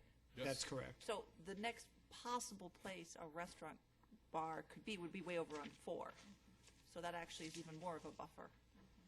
So I don't know if that helps or not. Well, couldn't it go to 5B or 5? No. Whoops. No. See, there's a Ford there. They're not going to Oh. have a bar. They're not going to do that. No. Right now is, the motorcycle dealer is in 4, and the Ford dealer is in 5A, and they have been, basically, they would have to go out of business, somebody else would have to take over the building, and then decide they're going to put a bar in there for this to actually occur. Whereas on this page, where PAG is and where AGR are, both of those lots are banned, you're not allowed to build a restaurant or a bar, which is adjacent to the neighborhood. So they're only talking about the Hatch and the Coulter area, then that's it, according to this picture. So it doesn't match with this other one that I have. No, it would be the Ford and the Ride Now lots. Right, you can't. Are the two that were added back in. I'm sorry, I'm not sure we can hear you. Could you speak up, please? It was the Ford and the Ride Now lots that were added back in. Okay. So where's the bar going to go, if there is a bar? And the nightclub?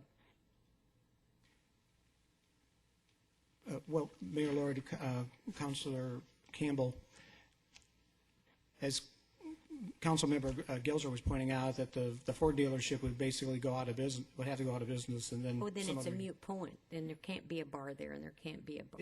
I think what he was saying is it was unlikely. Okay. The way it sounded like we were trying to rezone it so there could be one. That's what I was getting at. So if it's a moot point, it's a moot point. Any other? Then I shall ask the clerk for a roll call vote, please. Councilmember Stipp,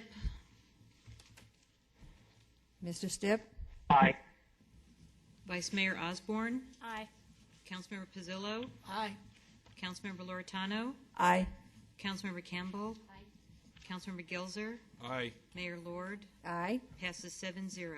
Thank you. And now if the clerk would read the ordinance by title only, please. Adopt Ordinance 11-1244, providing for an amendment to the Palm Valley Crossing Planned Area Development Zoning conditionally approved by Ordinance Numbers 95-523 and 07-1058 for a portion of the pad consisting of 55.3 acres generally located south of Interstate 10 and east of Litchfield Road along the Auto Drive and Test Drive street frontages to revise the pad development parameters to add a new land use category, expand the permitted use list, and modify the sign standards for certain lots within the Palm Valley Crossing pad, adopting supplementary zoning map number 11-02, providing for severability and providing for an effective date. Thank you. Could I please have a motion and a second? So moved. Second. I'm sorry. I have a motion by Councilwoman Loretano and a second by Councilman Gelzer. Open for discussion, council discussion? I just want to make a comment. I think it's great that you got all of the different landowners together, and there's collaboration and agreement there. And there's many times we can't get that, and I think that's really a great accomplishment. Thank So you. I want to thank you for Once that. again, credit goes to Brett Birmingham, who's worked on the project, as well as Troy Mortensen, the representative from Sunbelt Holdings. They both worked very hard to make it happen.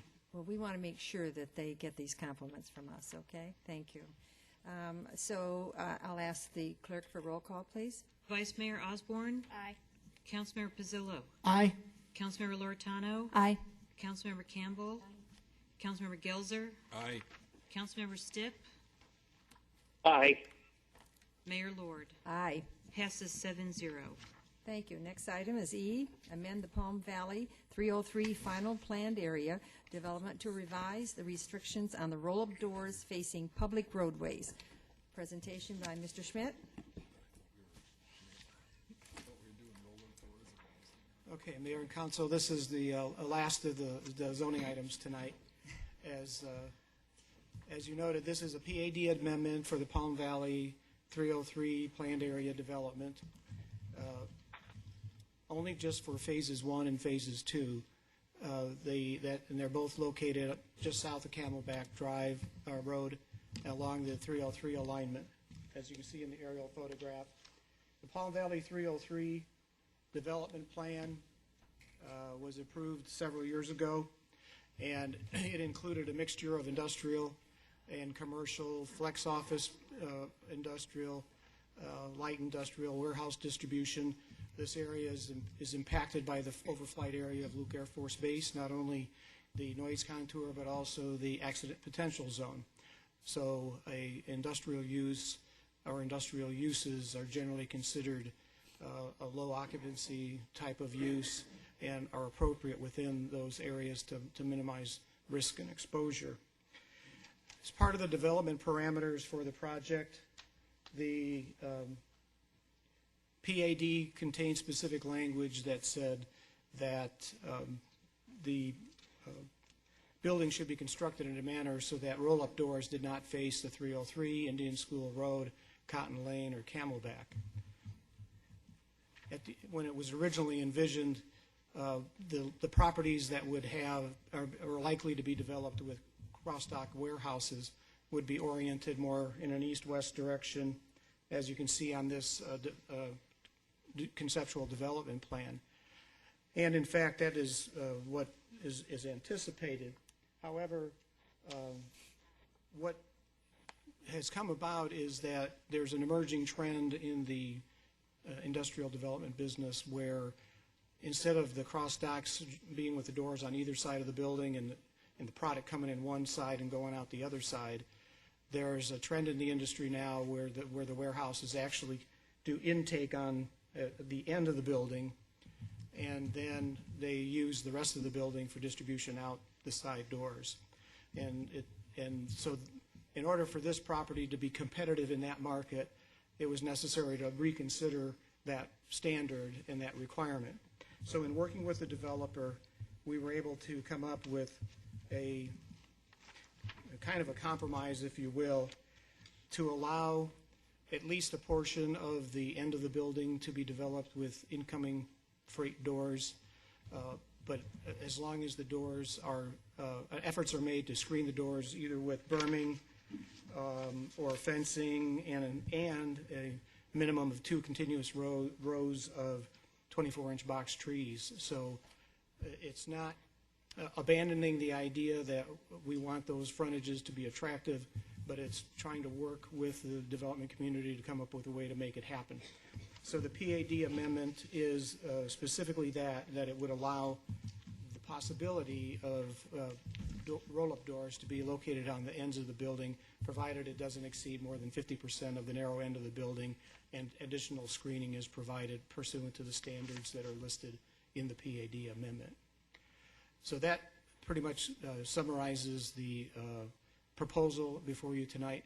I do know that the representatives of Sunbelt Holdings would like to make a brief presentation to you, if you would allow it, to introduce the project and their vision for the project and kind of get you acquainted with them as they move forward with this. Thank you. Could I ask the city clerk, please, to read the ordinance by title only? Adopt Ordinance 11-1243, providing for an amendment to the planned area development zoning on 378 acres in Phase 1 and Phase 2 of the Palm Valley 303 final pad, adopted by ordinance numbers 05948 and 071097, and generally located along both sides of the Loop 303 from Indian School Road to Camelback Road and extending to the west to Cotton Lane and to the east approximately 1/3 of 1 mile to revise the pad development parameters to allow roll-up doors to face public roadways under certain circumstances and subject to screening requirements, adopting supplementary zoning map number 11-01, providing for severability, and providing for an effective date. Do we have any speaker cards? No. Is this the time I should ask the representatives to come up, or can I do that at this time? You can, or you can ask for a motion in a second and get that And then put we'll do away. it. Okay, and then do let's do that first. I'd like to ask the council for a motion in a second, please. So moved. There's been a motion by Councilmember Pizzillo and a second by Councilmember Campbell. Open for discussion, and so please come forward. Thank you, Mayor Lord and members of the council. My name is Troy Mortensen with Sunbelt Holdings, 6720 North Scottsdale Road, Suite 160, Scottsdale, Arizona 85253. Recognizing this is one of our first opportunities to be in front of the council, we wanted to introduce ourselves and introduce you to Sunbelt Holdings. As you know, and Joe laid out, we are purchased the remaining assets that Suncor Development Company had June 15th of last year, so it's almost 1 year to the day here. We're a few days before that. But we are very happy with the property and with the city and working with staff. We've already had a lot of success working with staff and regular meetings monthly. I want to just report back to you on that we're very pleased. Here tonight, we're here for this PV 303 amendment to the PAD regarding those roll-up doors. And just by way of how this started, there has been interest from the brokerage community and working with economic development internal to the city. We actually have sent out RFPs to different users, and that's kind of the impetus of why we're here asking for this. And so there's a large user right now that we're getting more narrowed down on the list. I feel like we're getting quite close on this. The user is going to be requiring 600,000 square feet of distribution with an ultimate build-out of 1 million square feet. So it's a huge opportunity, and as Joe said, this allows the city of Goodyear and especially this property to be competitive in this market. As the new wave with internet technologies and inventories moving so quickly that they load these, they take the receiving on the narrow end of the building, they route it through. There's automated systems in there. They route that through, and so they can distribute products, throughout the western United States a lot faster. And PV 303 is in a perfect location for that to serve the western United States. And so we're supportive of the language that Joe has proposed. And so that we would move for the council to vote yes on this, and that concludes my presentation. Thank you, Mr. Mortensen. Thank you. Comments from council? Just one, any idea when you might hear from that 600,000 square foot? It's funny to say any day now, but I think any day now. We're looking to hear back, so it'll certainly make news, I think. Councilman Gilzer? I have a question for staff. Who will be responsible for building the berm, the screening wall, and the putting in the box trees, et cetera? Is that going to be the new property owner, or is that going to be the current developer once they sell this and build the building? Mayor Lord, Councilor Gelzer, it would be the requirement of whoever's developing at the time. This is not a requirement to put it along the entire frontage. It's only as needed if they have roll-up doors exposed on that side. They're going to have them. We know that. It's coming. We This believe is the they way will. of the future, Right. for distribution. So There's still a landscaping requirement anyway. This is just really kind of a super duty landscaping requirement when the doors are present. And then on the original PAD, we reduced the design requirements because these are big box type buildings, although we still require four-sided architectural treatments on the buildings. Is that correct? That's correct. Okay. Thank you very much. Vice Mayor Osborne? Well, I just wanted to say thank you for bringing this to our attention. And, we know that this area has constraints to it. And where we do want to protect Luke, we also want you to be successful. So I think this is a good thing for all of us. Thank you very much. I echo Vice Mayor Osborne's comments. Any others? No, I agree. All right. Thank you. I'm going to ask the clerk for roll call vote, please. Councilmember Pizzillo? Aye. Councilmember Loretano? Aye. Councilmember Campbell? Aye. Councilmember Gelzer? Aye. Councilmember Stipp? Aye. Vice Mayor Osborne? Aye. Mayor Lord. Aye. Passes 7-0. Thank you. Next is F on the agenda, to amend the city code, making it unlawful to allow animals, livestock, and fowl to run at large. Joe Schmidt presenting.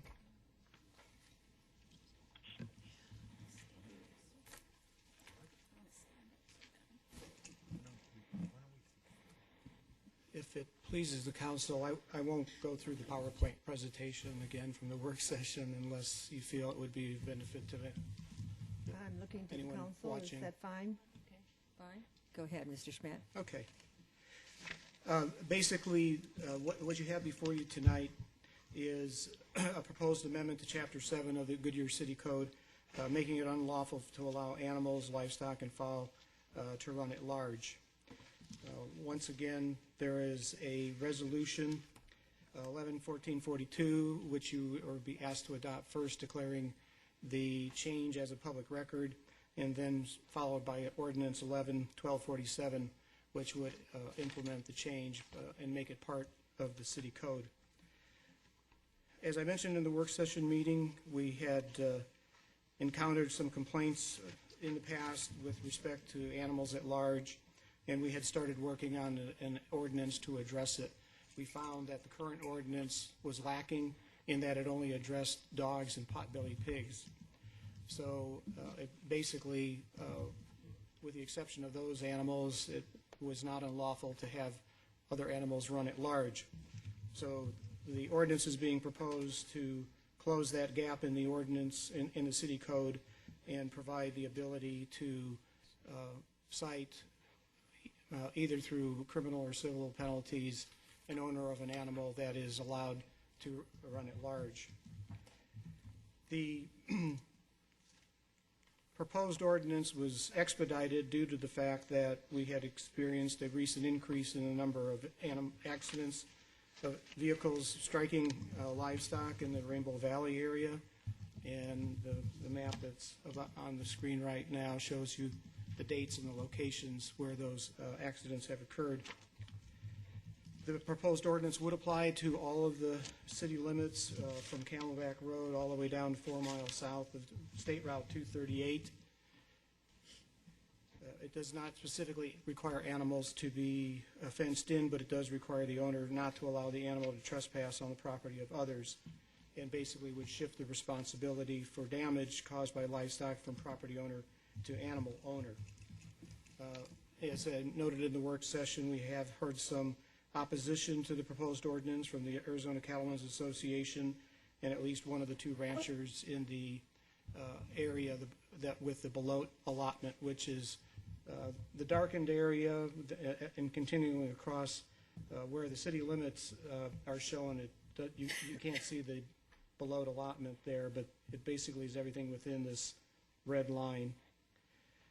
And then the Conley allotment is everything within the red line to the south that carries south of 238.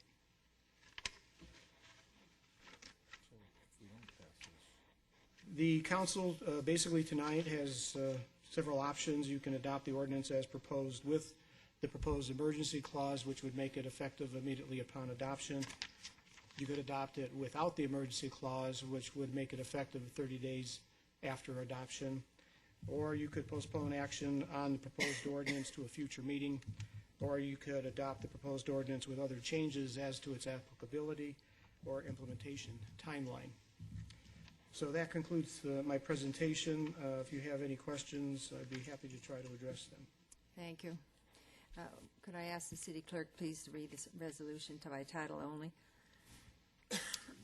Mayor, I do have 2 speaker cards. Oh, I'm sorry. Actually, I 3 should have done speaker that. cards. Especially tonight, I shouldn't have forgotten that. Could I have the first speaker? The first one is Brandon Shelton.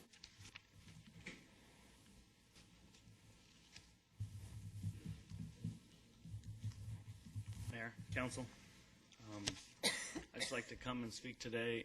I farm in this area that they're talking about, not so much in the below allotment or the southern down by Mobile, but in the city limits of Goodyear. By no means am I a lawyer, but when we went out there and started farming, I had to get my cotton in kind of in a hurry, and there were a lot of cattle out there. On 120 acres that I put cotton in on, I went ahead and fenced that because I figured this was going to be a long road to get these cows out of here.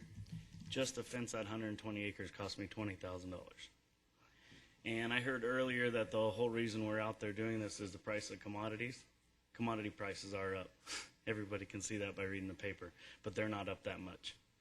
So the way that I read the law, once a city annexes an area, it is no longer open range. And I can't get nobody to argue the fact with me. They just say, yes, that's the way it is, but now we need to adopt something else. So I'm just here to say that I'm no different than anybody else. I pay taxes in that area. To me, that farm out there is no different than the farm that is at Estrella Park and Van Buren, for instance. So if I was to take 40 or 50 head of cows from my feedlot in Arlington and dump them at Estrella Parkway in Van Buren, you would have 50 cows at Safeway, and then we'd have a problem. But because this is so far out there, and it's not in the heart of Goodyear, it's been overlooked. And I guess I'm here to say that I can't have it overlooked anymore because that's how I feed my family, is that farm. So, thank you. Thank you. Any other speakers? Yes, Patrick Bray.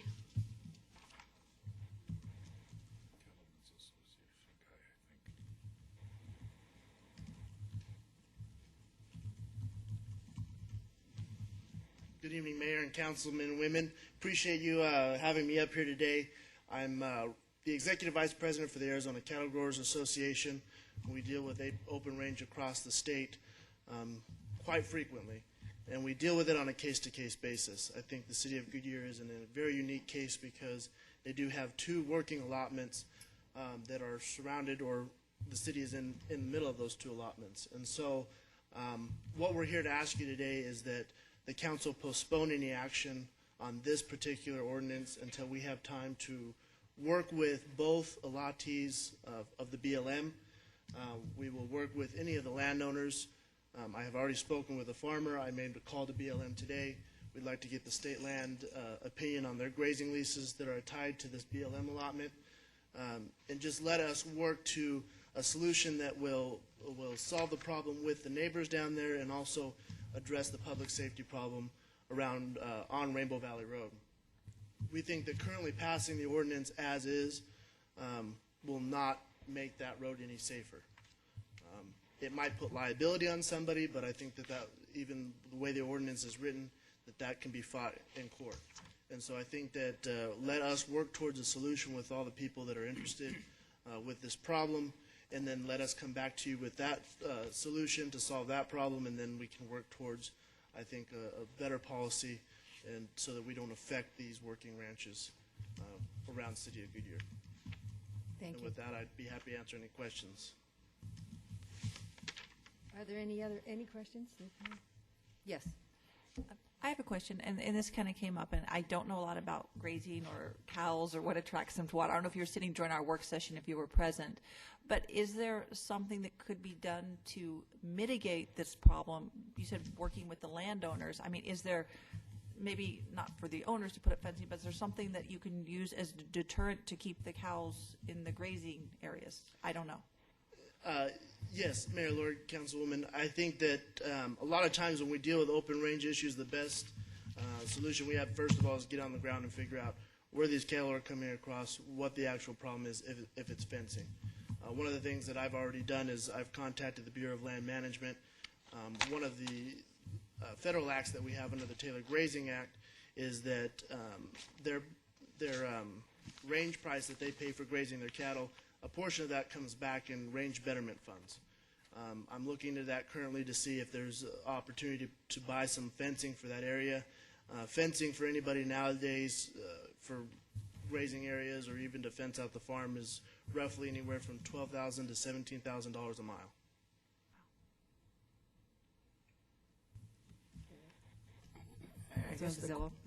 No, thank you. I guess the question I have is probably for both the farmer and the cattle. What type of time are we talking about? Are we talking 2 weeks? Are we talking 30 days? My biggest concern is there's a safety issue out there.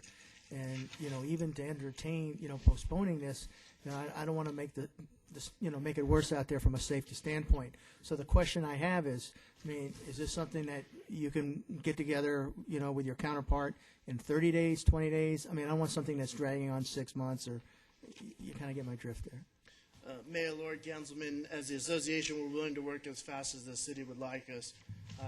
We'd like to fix the problem sooner rather than later. And I think, like I said beforehand, the ordinance will focus on an afterwards, after someone has hit that livestock or hit whatever. Our focus will be to make sure that those cattle don't get to that point. And Mayor, I agree. You got to figure out what's causing them to cross that road, because, if we're just going to end up on a liability issue, I don't think that's going to resolve the issue. We got to figure out what's bringing them across and how to resolve that. My concern is sometimes we have a tendency to discuss these issues and they go on and on and on. And it doesn't help the farmer issue and it doesn't help your issue, and that's why my concern is. And again, I posed the question to the farmer as well on what's kind of reasonable, so that we can, kind of sit down and try to figure out what this issue, because if it's just dealing with liability, it's not going to help him and it's not going to help you if we don't figure out what's crossing there. So I don't have a problem with entertaining some reasonableness, as long as it's not something that drags us on and on and on. We have one more speaker. Yes. Oh, Yes. I'm sorry. Yes. Okay. So, Mayor, Lord, Councilman, we don't want this to drag on either. If you said it at 30 days or 60 days, we're happy to work it within that time frame. If you sign me to a staffer, I've been working with Joe on this issue to give you guys update, to keep you up to speed on where we're going with this. I would be more than happy to work at the discretion of the council. Would it be inappropriate to ask the farmer the same question on reasonableness? Go ahead and ask. Okay. I believe 30 days is reasonable, but I'll explain to you real quick, because I am out there every day, and my guys are out there day and night. The reason the cattle are leaving where they're supposed to be is there's no feed. A cow is doing what a cow should do, should go look for feed. And if I'm out there growing feed, or there's another guy, Tim Smith or Tom Waddell, that's where the cattle are growing. They don't know no difference between the roads. They don't lay down beside the roads because it's pavement, like you've heard, but they're going to feed. And the only way we can stop them from going to feed, I believe, is to fence them where they're supposed to be. thank you. Madam Mayor, members of the council, I just wanted to point out that if you chose to defer it, we could do it probably in the 60-day period, because there isn't another council meeting after tonight for a month and a half. Isn't there another speaker? Can we ask? Yes, I'm waiting for the speaker, so that's. I'm Could just we waiting. ask them one more question, or do they sit down and then we ask them a question? Shall we just continue with this? Go ahead. Uh, We have one more question for you, please. I have a question for both of you. Do you know who owns the cows and where they're coming from? Have you talked to the cow person, the folks that own the cows? The cow person? Mayor, Lord, Councilwoman, yes, and they are actually here tonight, and I have spoken with both the farmer and the rancher. Like I said, I've not got on the ground yet to really assess what the situation is, and I think that would be my next step in this whole deal. But I have talked with them. The farmer does make a good point that the cows will move to feed. That doesn't mean that there's not enough feed out on that permit. Just means that his feed is greener than what's on the other side of the fence. Oh, right, but all parties involved know of this, know that this is going on, that the city is concerned and the city's going to address it.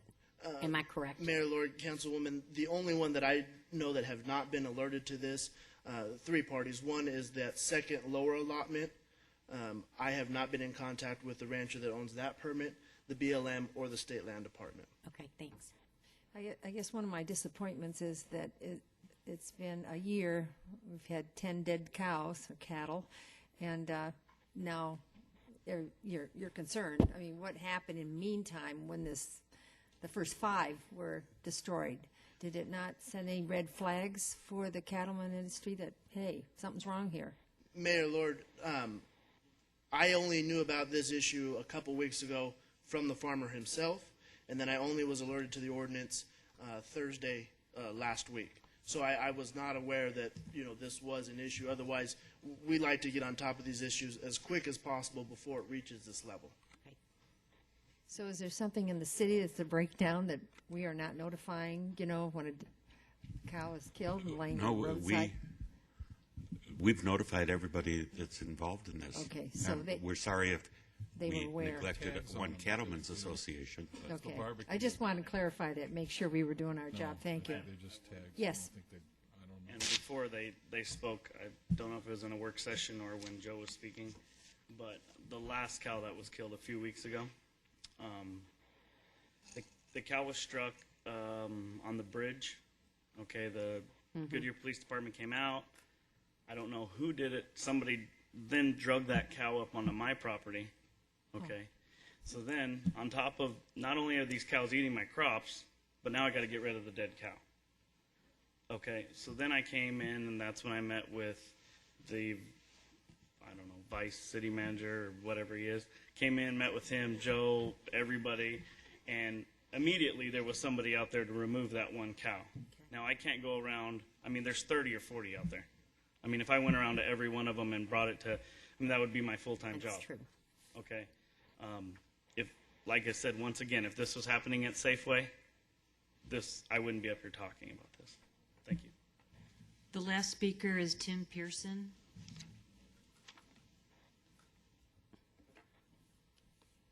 Mayor, members of the council, my name is Tim Pearson. My address is 3833 North 30th Street in Phoenix, Arizona, 85016. I'm here on behalf of the owner of the Belote allotment. That's Michael DeRozier. The Belote allotment was first established in the 1930s. Mike DeRozier's family acquired it in 1971, so it's been in his family 4 generations. The Belote allotment is a mixture of BLM land and state land. You've got different jurisdictions over each of those lands or a restriction on that jurisdiction. Your city attorney discussed the BLM land and that you really haven't the ability to impose these restrictions on the BLM land. As far as the state land is concerned, I think the city attorney's position was that because it had been annexed, somehow the state land department consented to these restrictions to be imposed. I have to respectfully disagree with that position. Decades ago, I was an assistant attorney general representing the state land department, and it fought tooth and nail against the ability of cities to upzone, which I'm sure you all know about. You can't zone a higher jurisdiction, and especially in the case of state trust lands, that's trust lands. The state land department is a fiduciary, and there's cases after cases that you can't. The state cannot subject itself to that zoning when it has the potential of devaluing the land, devaluing the value of the state trust land. So I'm here to join Mr. Bray in urging this council to postpone its discussion for a reasonable time. Mr. DeRozier did not, city manager said that everybody who needed notice got notice, but I think an earlier presenter during your discussion meeting said that the ranchers had not gotten notice. Mr. DeRozier didn't get one until Friday afternoon. He checked with the state land department Friday afternoon, and they hadn't received any notice. The Bureau of Land Management hadn't received any notice. I think it would only be appropriate if, before rushing through this, that, as Mr. Bray said, that we all get together, try to work something out to present to you to avoid impacting the ranchers who've been out there for decades. The notion of... Was that us? 3 minutes. 30 seconds left.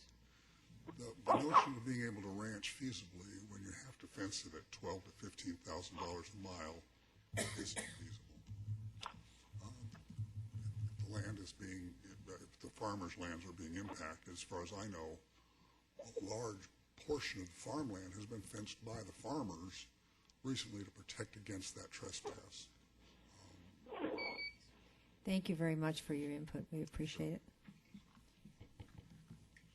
Okay. Yes, Councilwoman Loretano. For questions, I'm sorry. Yes, go ahead. I have a question on how the ordinance is written. I was kind of looking through it, and I guess on page 4, subsection C, I have a problem, and I think it's a kind of a high standard to place, is unlawful for a person to knowingly allow. I was concerned with that because I think it's going to be after having tried dog at large cases and losing them as a prosecutor, actually, because you couldn't prove the state of mind in a criminal court.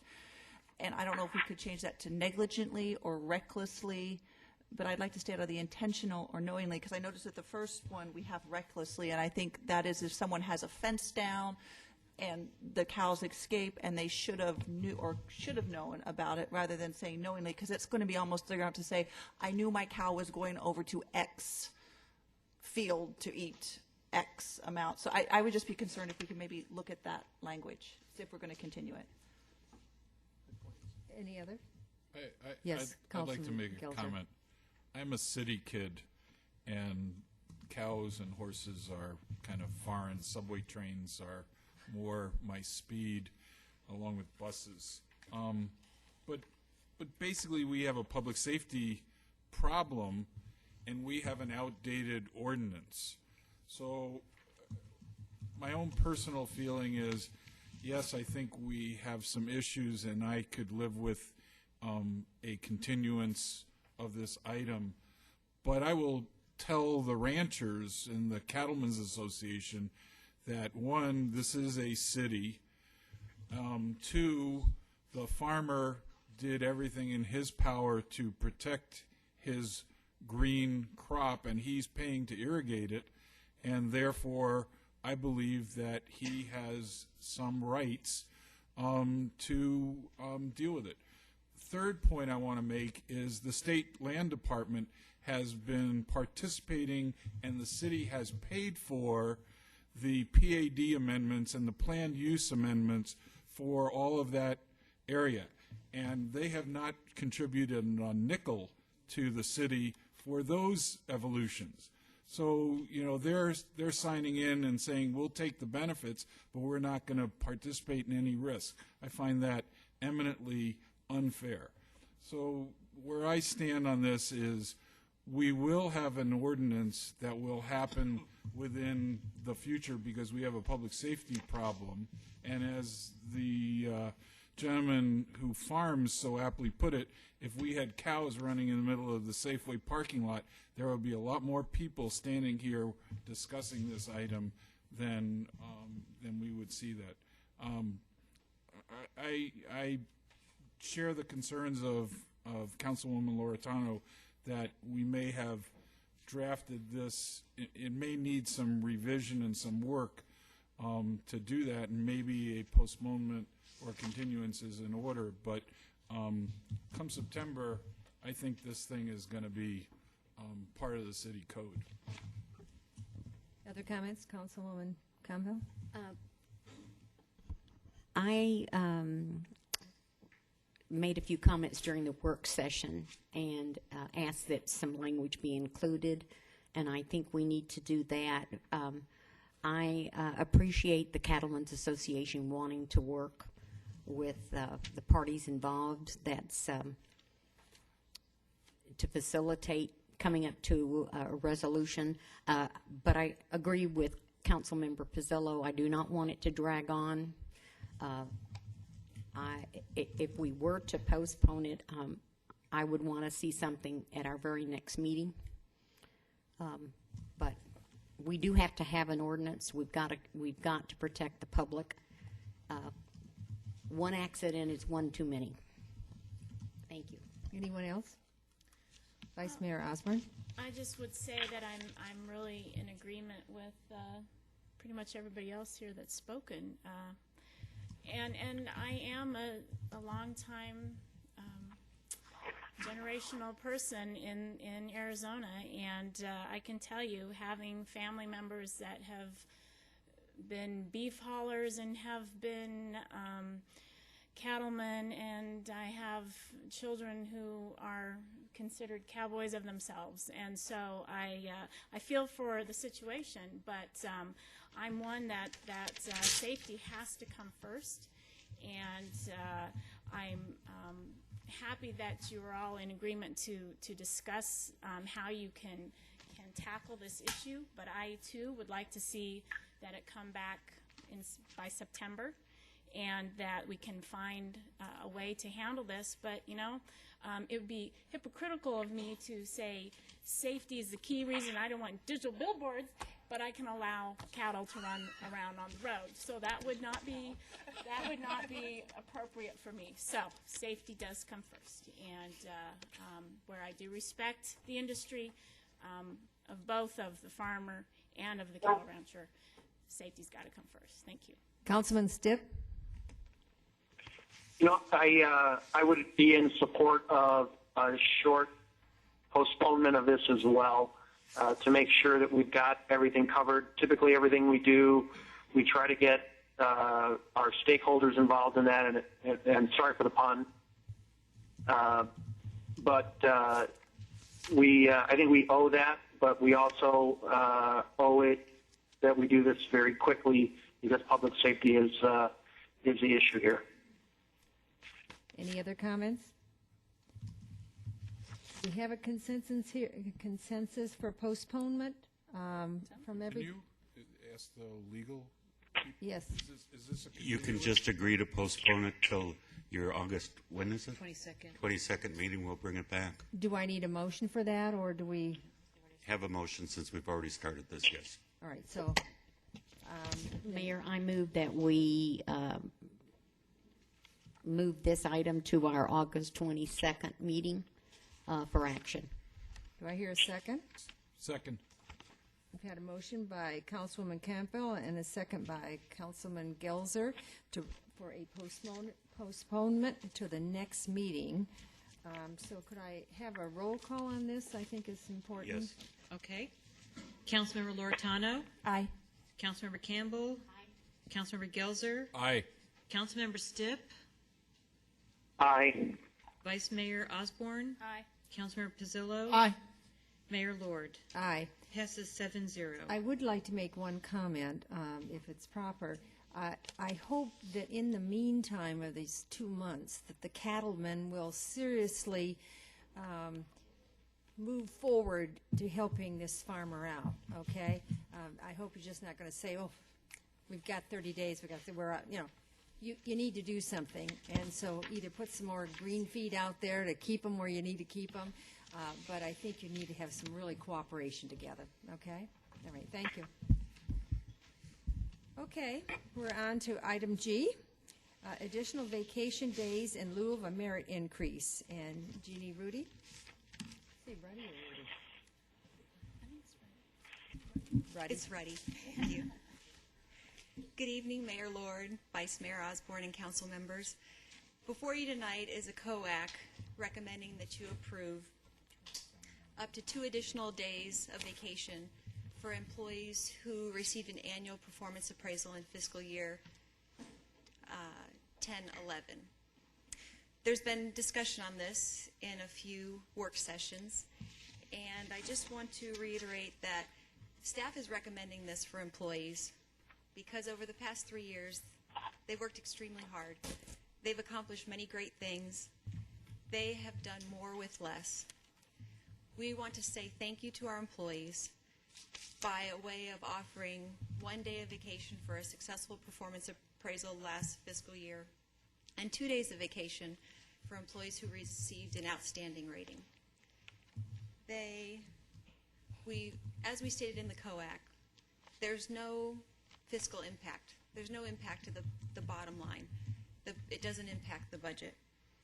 We also want to say that this is related to merit and no other reason. We want to say thank you for employees and be able to provide a little token, a reward for our employees for their performance over the past year. So now I'd like to open up if you have any questions or Thank you. discussion. Are there any speaker cards? No. Thank you. Could I ask for a motion and a second, please, from the council? I recommend that we approve up to 2 additional days based on performance for all employees in the upcoming fiscal year. Do I hear a second? Second. Had a motion by Councilman Gelser and a second by Councilman Pizzillo. Open for discussion. Who would like to start? I can start. Councilwoman Loretano? Yes, I'd like to start by agreeing with you 100% with when you say our employees are absolutely great and absolutely wonderful. I don't think this has anything to do with that, and that's kind of not a real point here. The point is, if we look at our broader economy and what our 65,000 citizens are going through and the number of vacation days that the city of Goodyear gets, we have given a thank you. We gave 2 dates.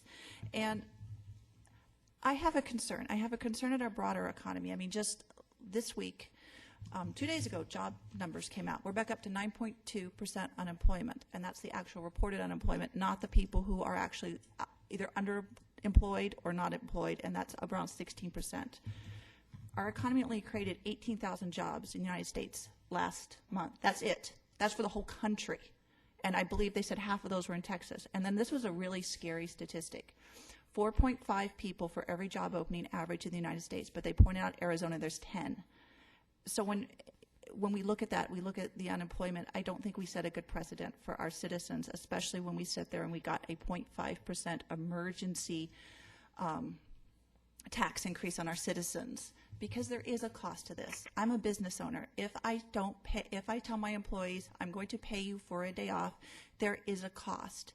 That just isn't true. You can say there's no budgetary cost, but I think that's splitting hairs, and I don't think that's very fair. I also, when I'm looking at this, I also have concerns. One of the arguments I've heard, we're going to lose employees. Well, we need to look at who we're going to lose and what money we have and where we need to best use it. I ask that the fire and the police steps be all put together in one, because those positions take $100,000 to train a fireman and, thousands of dollars for police officers. And those are definitely not positions you want new people in. We took the fireman's uniform allowance the last couple of years, and we haven't brought that back. But under this plan, we're going to give executives and upper middle management days off. And it doesn't mean you don't deserve it. It doesn't mean it's not a good thing. It just doesn't seem fair to me. If you take, the working frontline men and women of the fire department, you take their you take their uniform allowance, you don't give that back, and yet we're going to give people extra days off when we have a lot. Vice Mayor Osborne has stated several times that we've also absorbed a higher health cost, and that's true, we have, where a lot of private employers are passing that on to their employees, and we've actually done quite well not passing it on. I am really concerned that we're not focusing on some of the employees. I've heard we lost 14 employees during the boom. That was a different economy that we're in now. We're in an economy right now where we need to hold on, because I personally don't see the numbers getting better when I'm looking at the federal. I don't, and that's not an affront to any of the employees. I think they all do a great job. But I just don't see us leading when we're saying, we're taking the stuff away from the line people, and I think when we come back and we start bringing the benefits back, we need to look at the front line people. We need to look at those police and fire steps. We compare ourselves to Phoenix when it seems to be convenient for us. But when Phoenix comes out with a management study that says, you know what, we have too many managers, we don't listen to that. Or when Phoenix steps for their fire are at 5% increments and ours are at 2.5 increments, we don't listen to that. And I think we need to look at all of those. And like I said, my biggest concern is it just doesn't strike me as fair how we're doing this. We've given 2 extra days off, which I think is a good thank you, at least in this economy. And our citizens are still bearing a 0.5% tax. And I'm just afraid we're going to be managing to that tax, and it's going to come back and someone's going to say, well, let's make that permanent, which I will never support making that permanent.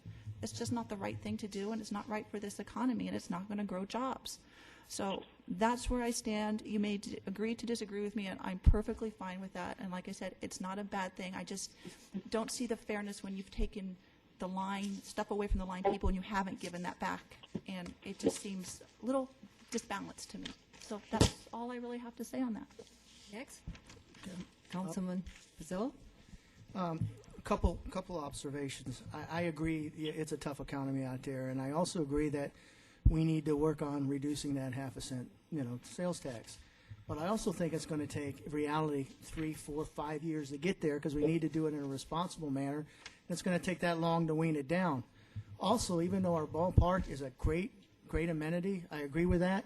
That 0.5 cent sales tax doesn't even cover the ballpark. In fact, it covers the ballpark plus an extra $3 million worth of general fund revenue. So when you put it all in perspective, that 0.5 cent sales tax, which is about, since we're lowering food, probably a little under $5 million, and our ballpark's about 7.5, It's going to take a while to wean ourselves off of that. Now, from that perspective, when I see that, even though, again, it's a great amenity, the employees didn't vote for that ballpark, and unfortunately, a lot of them are taking a hit as a result of that, because that's where the money's going, and we got to bring down that sales tax.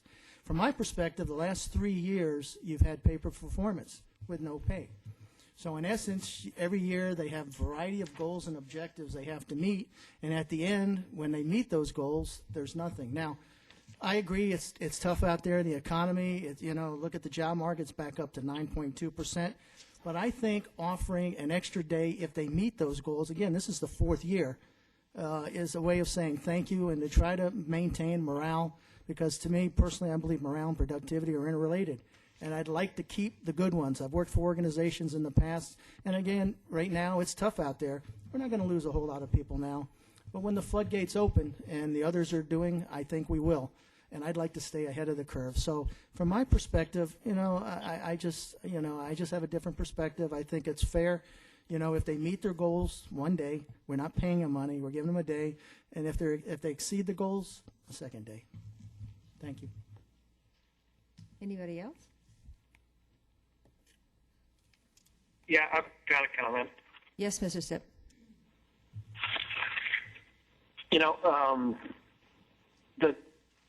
We're tying these two. There's a lot of different facets to it. Let me just back that up. And we're tying these 2 days to performance.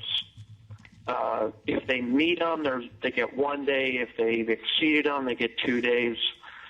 I think just intuitively, we could probably do an analysis and look at the number of outstanding performance appraisals that have been issued over the last 3 years since there has been no money attached, has probably, I'm just going to guess, double what it was in the years that we were actually giving money in the pay for performance plan. Is that a pretty close estimate on that, Jeannie?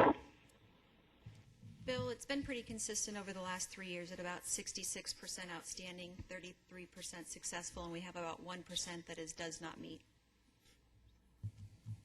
Okay, but the 3 years prior to that, were we still 66-33? Yes, that's pretty close. We didn't look at the numbers past, but it's always...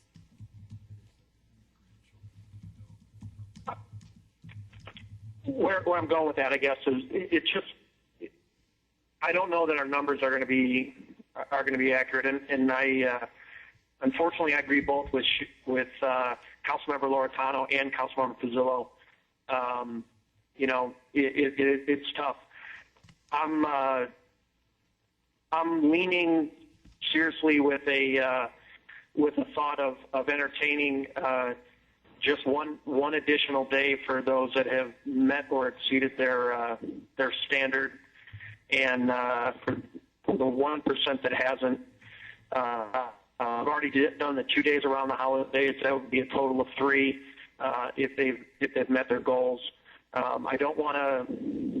I believe that our employees deserve some recognition, but my opinion is 2 is too many for 66% of the workforce. Any other discussion? Comments on Councilman Stipp's recommendation? If it requires to go to 1 to get it to pass, I'm with him. But right now, I go with the recommendation, but I'm not sure where the others are. I think it's important, since there's no money exchanging hands. And again, it's just my opinion that meeting your goals, and I can appreciate where Councilmember Stipp's coming from, 66% on the exceeding, but I think the thank you to meet the goals, I think, is important, since there's 4 years without getting any pay. And I understand it's tough out there. I understand it's a tough economy, and there are people out there that are looking for work. I'm looking long term, because I'm a firm believer. I worked for an organization many years ago that fell behind, and what actually happened is when things improved in the down economy, the good people ended up leaving and the bad people ended up staying, because the bad people aren't motivated, the good people are. So I still, in my heart, believe in about 2 to 3 years, maybe less than that, when Phoenix starts opening it up and some of the others, there'll be other opportunities for the ones that are the young ones, that are the incentives, because they, have been frozen for the last 4 years. There's no reason for them to hang around. So, and those will be some of our brightest and potentially in the future. So that's why I think it's not much, but I'd like to get a little something for the effort. I believe the city manager would like to make a comment. Thank you, Madam Mayor, members of the council. I just want to add on to what Councilmember Pizzillo said. As the Chief Administrative Officer of the city, I think I'd be neglectful if I just let Jeannie stand up there making this presentation. We very strongly recommend that this be approved. And it is important, in my opinion, to do the 2 days, because if you give the 1 day, which is great, the employees would appreciate that, but that is no recognition for the outstanding performer. The outstanding performer should get something additional. And I do believe that this is important. My biggest concern is that it's going to take us years to get out of this situation. And my biggest concern is that we are going to lose employees to the other cities. There are our fire, police personnel, and our other personnel are testing right now in neighboring cities. So that is something that we cannot afford to lose, our employees. And they have done an outstanding job during this 4-year period. And I just think that it's important that the council recognize that. Any other comments? Okay. Vice Mayor Osborne? I've spoken in the past few weeks how I felt about this. There are different perspectives. We all have them.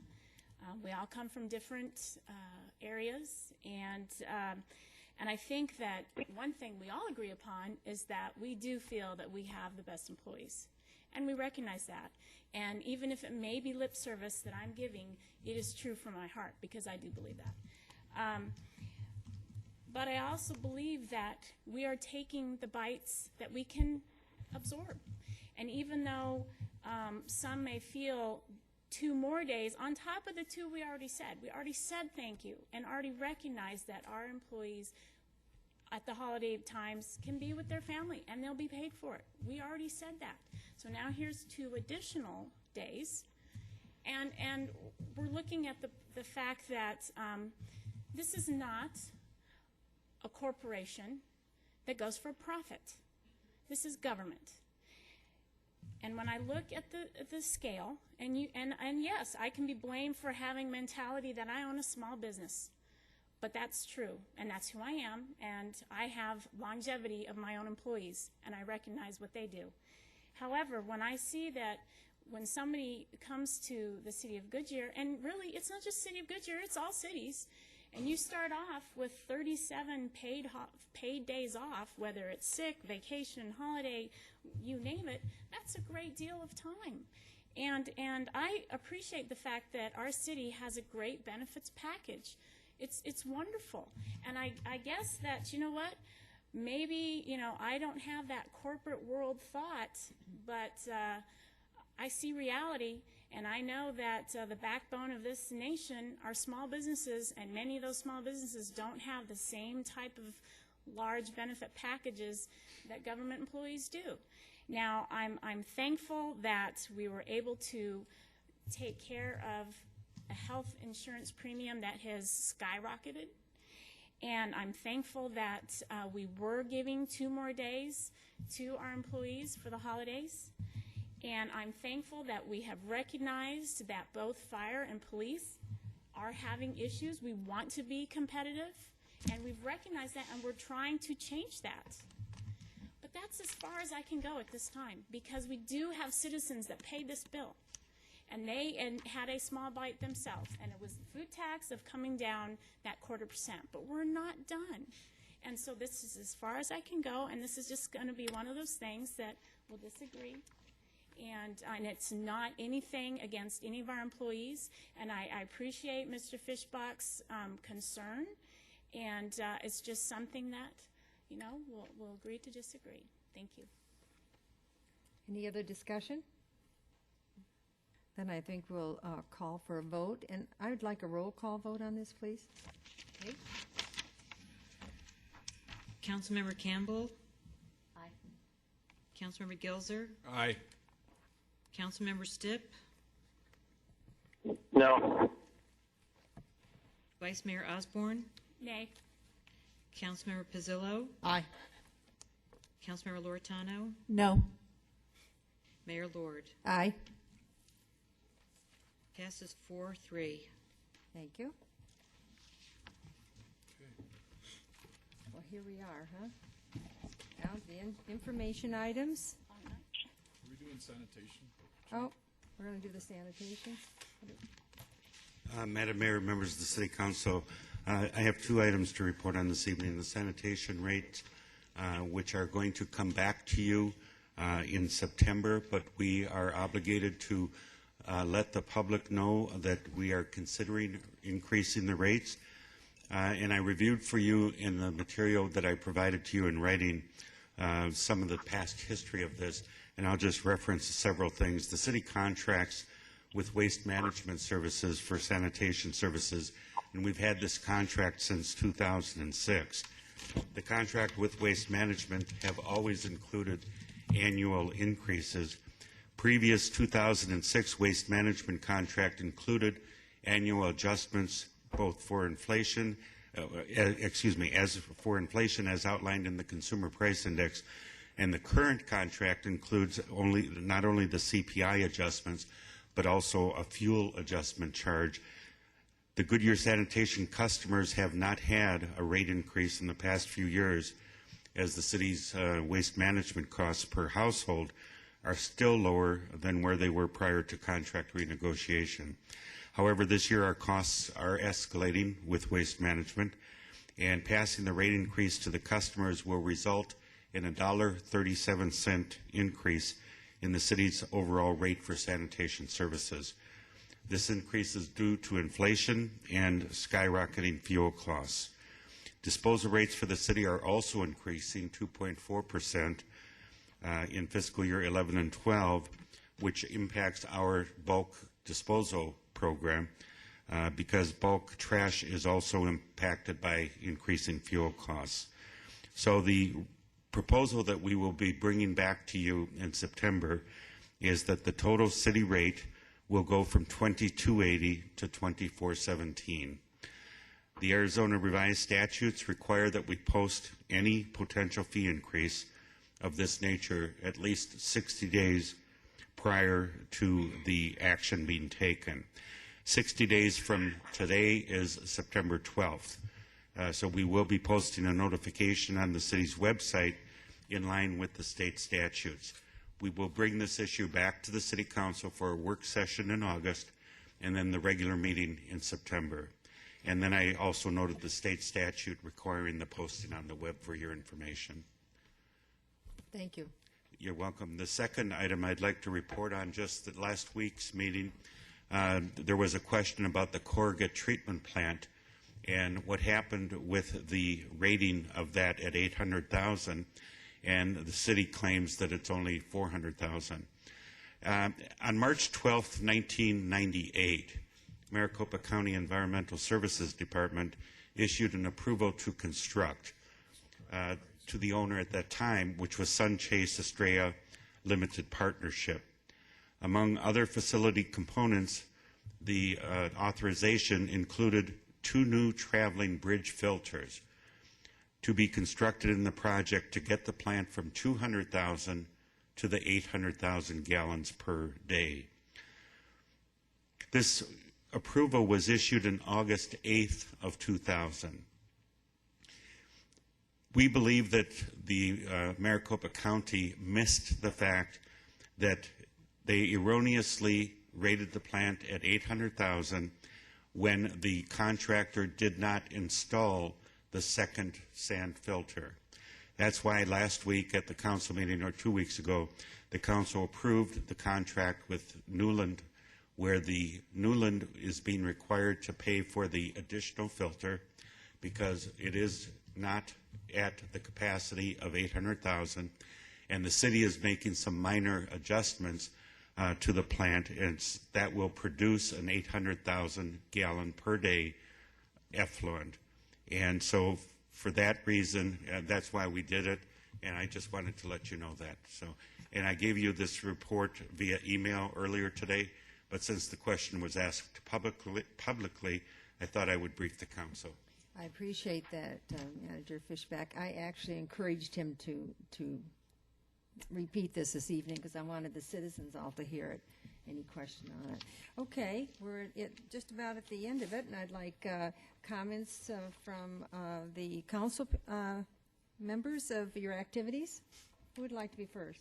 Can I go? You absolutely may, Councilman Gelser. I'm happy to report that the USA women's team beat Brazil and is in the semifinals in the World Cup and is playing France on Wednesday at 8:30 in the morning. And will you be there?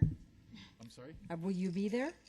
I wish I was, but I will be in front of the big screen. Okay. Next? I don't have anything since Nothing? last meeting. I just want to congratulate everyone on a great job for the July 4th. That was awesome, and I enjoyed it. My family enjoyed it, and I would have to say a good 13,000 people and more enjoyed it, and so wonderful job. Councilman Pizzello? Yeah, I'd like to echo that fact. I was there on the 4th, and my granddaughter had a great time on the various bouncy rides and whatever that you guys had out there. She had a great time, and I thought it was a great event. It was amazing the amount of people. I know there had to have been more there than there was the year before. I don't know about the Michael Jackson closing it there during a fireworks song, but other than that, you know, it was a pretty good event, guys. Councilwoman Campbell? I just want to thank everyone, especially Parks and Rec. Mike Spetz was the wonderful master of ceremonies, and the band was great, and the stadium folks were, Nathan and his crew, as usual, did an outstanding job. But to police and fire, thank you for all you did, keeping everyone happy, taking care of the few incidents that we had, and we just appreciate everybody. Thanks. Well, I have too many activities to announce tonight, so I'm just going to hand these to you. But I do want to do a couple of things. First of all, I don't know if, Council, you looked in the Arizona Business Magazine, if you've looked, but we've got a great leading edge ad in it. Yeah, you need to be looking at this because it's important. And not only that, then we go to a page and we hear about the foreign trade zone. And it has Harry Paxson's name in it. It talks about all the good work he did at helping this committee and getting this through along with the other cities. So I'm not saying Goodyear was the only person in this. This was certainly a collaboration between the cities. But it's a real good compliment to the city of Goodyear. So please, pull your books out, read it, tear it out, and keep it. It's very, very good. I want to compliment the team on 4th of July. We sat up there and I said, all I could say is, I am so happy I live in the city of Goodyear. And I've lived in a lot of cities as a military wife, and I have to tell you, I truly appreciate what we have. Yeah, we have some warts and we have some problems once in a while, but we work through it. And so I'm just so proud of our city, and I'm proud of the Parks and Recreation. We've got Mark and Debbie and Matt and Andrew and Amy and Sean and Brett and Nathan who worked on this. We have the police, we have the fire, we have all the people that furnished the food. It was just outstanding. So again, it was wonderful to see that many people. What was the count again? 13,000 people. And we enjoyed it. We really, and you have to think of all the people around the outlining areas watching it. So, again, thank you so much for it. And I'm proud, Council, that we were able to do this for our people, that they didn't pay to get into this, right? It was a good deal. And then lastly, I want to congratulate each one of you and thank you. This is a new council. We've worked through a number of meetings since the election together. I'm proud of you. We don't always agree. We showed that tonight, but we build consensus. We just know how to get along, and we respect each other. And I just want to thank you for that. And I'm looking forward to a little time off, but I'm also looking forward to working with you again in August, okay? Okay, anything else? All right, with that, the meeting's adjourned.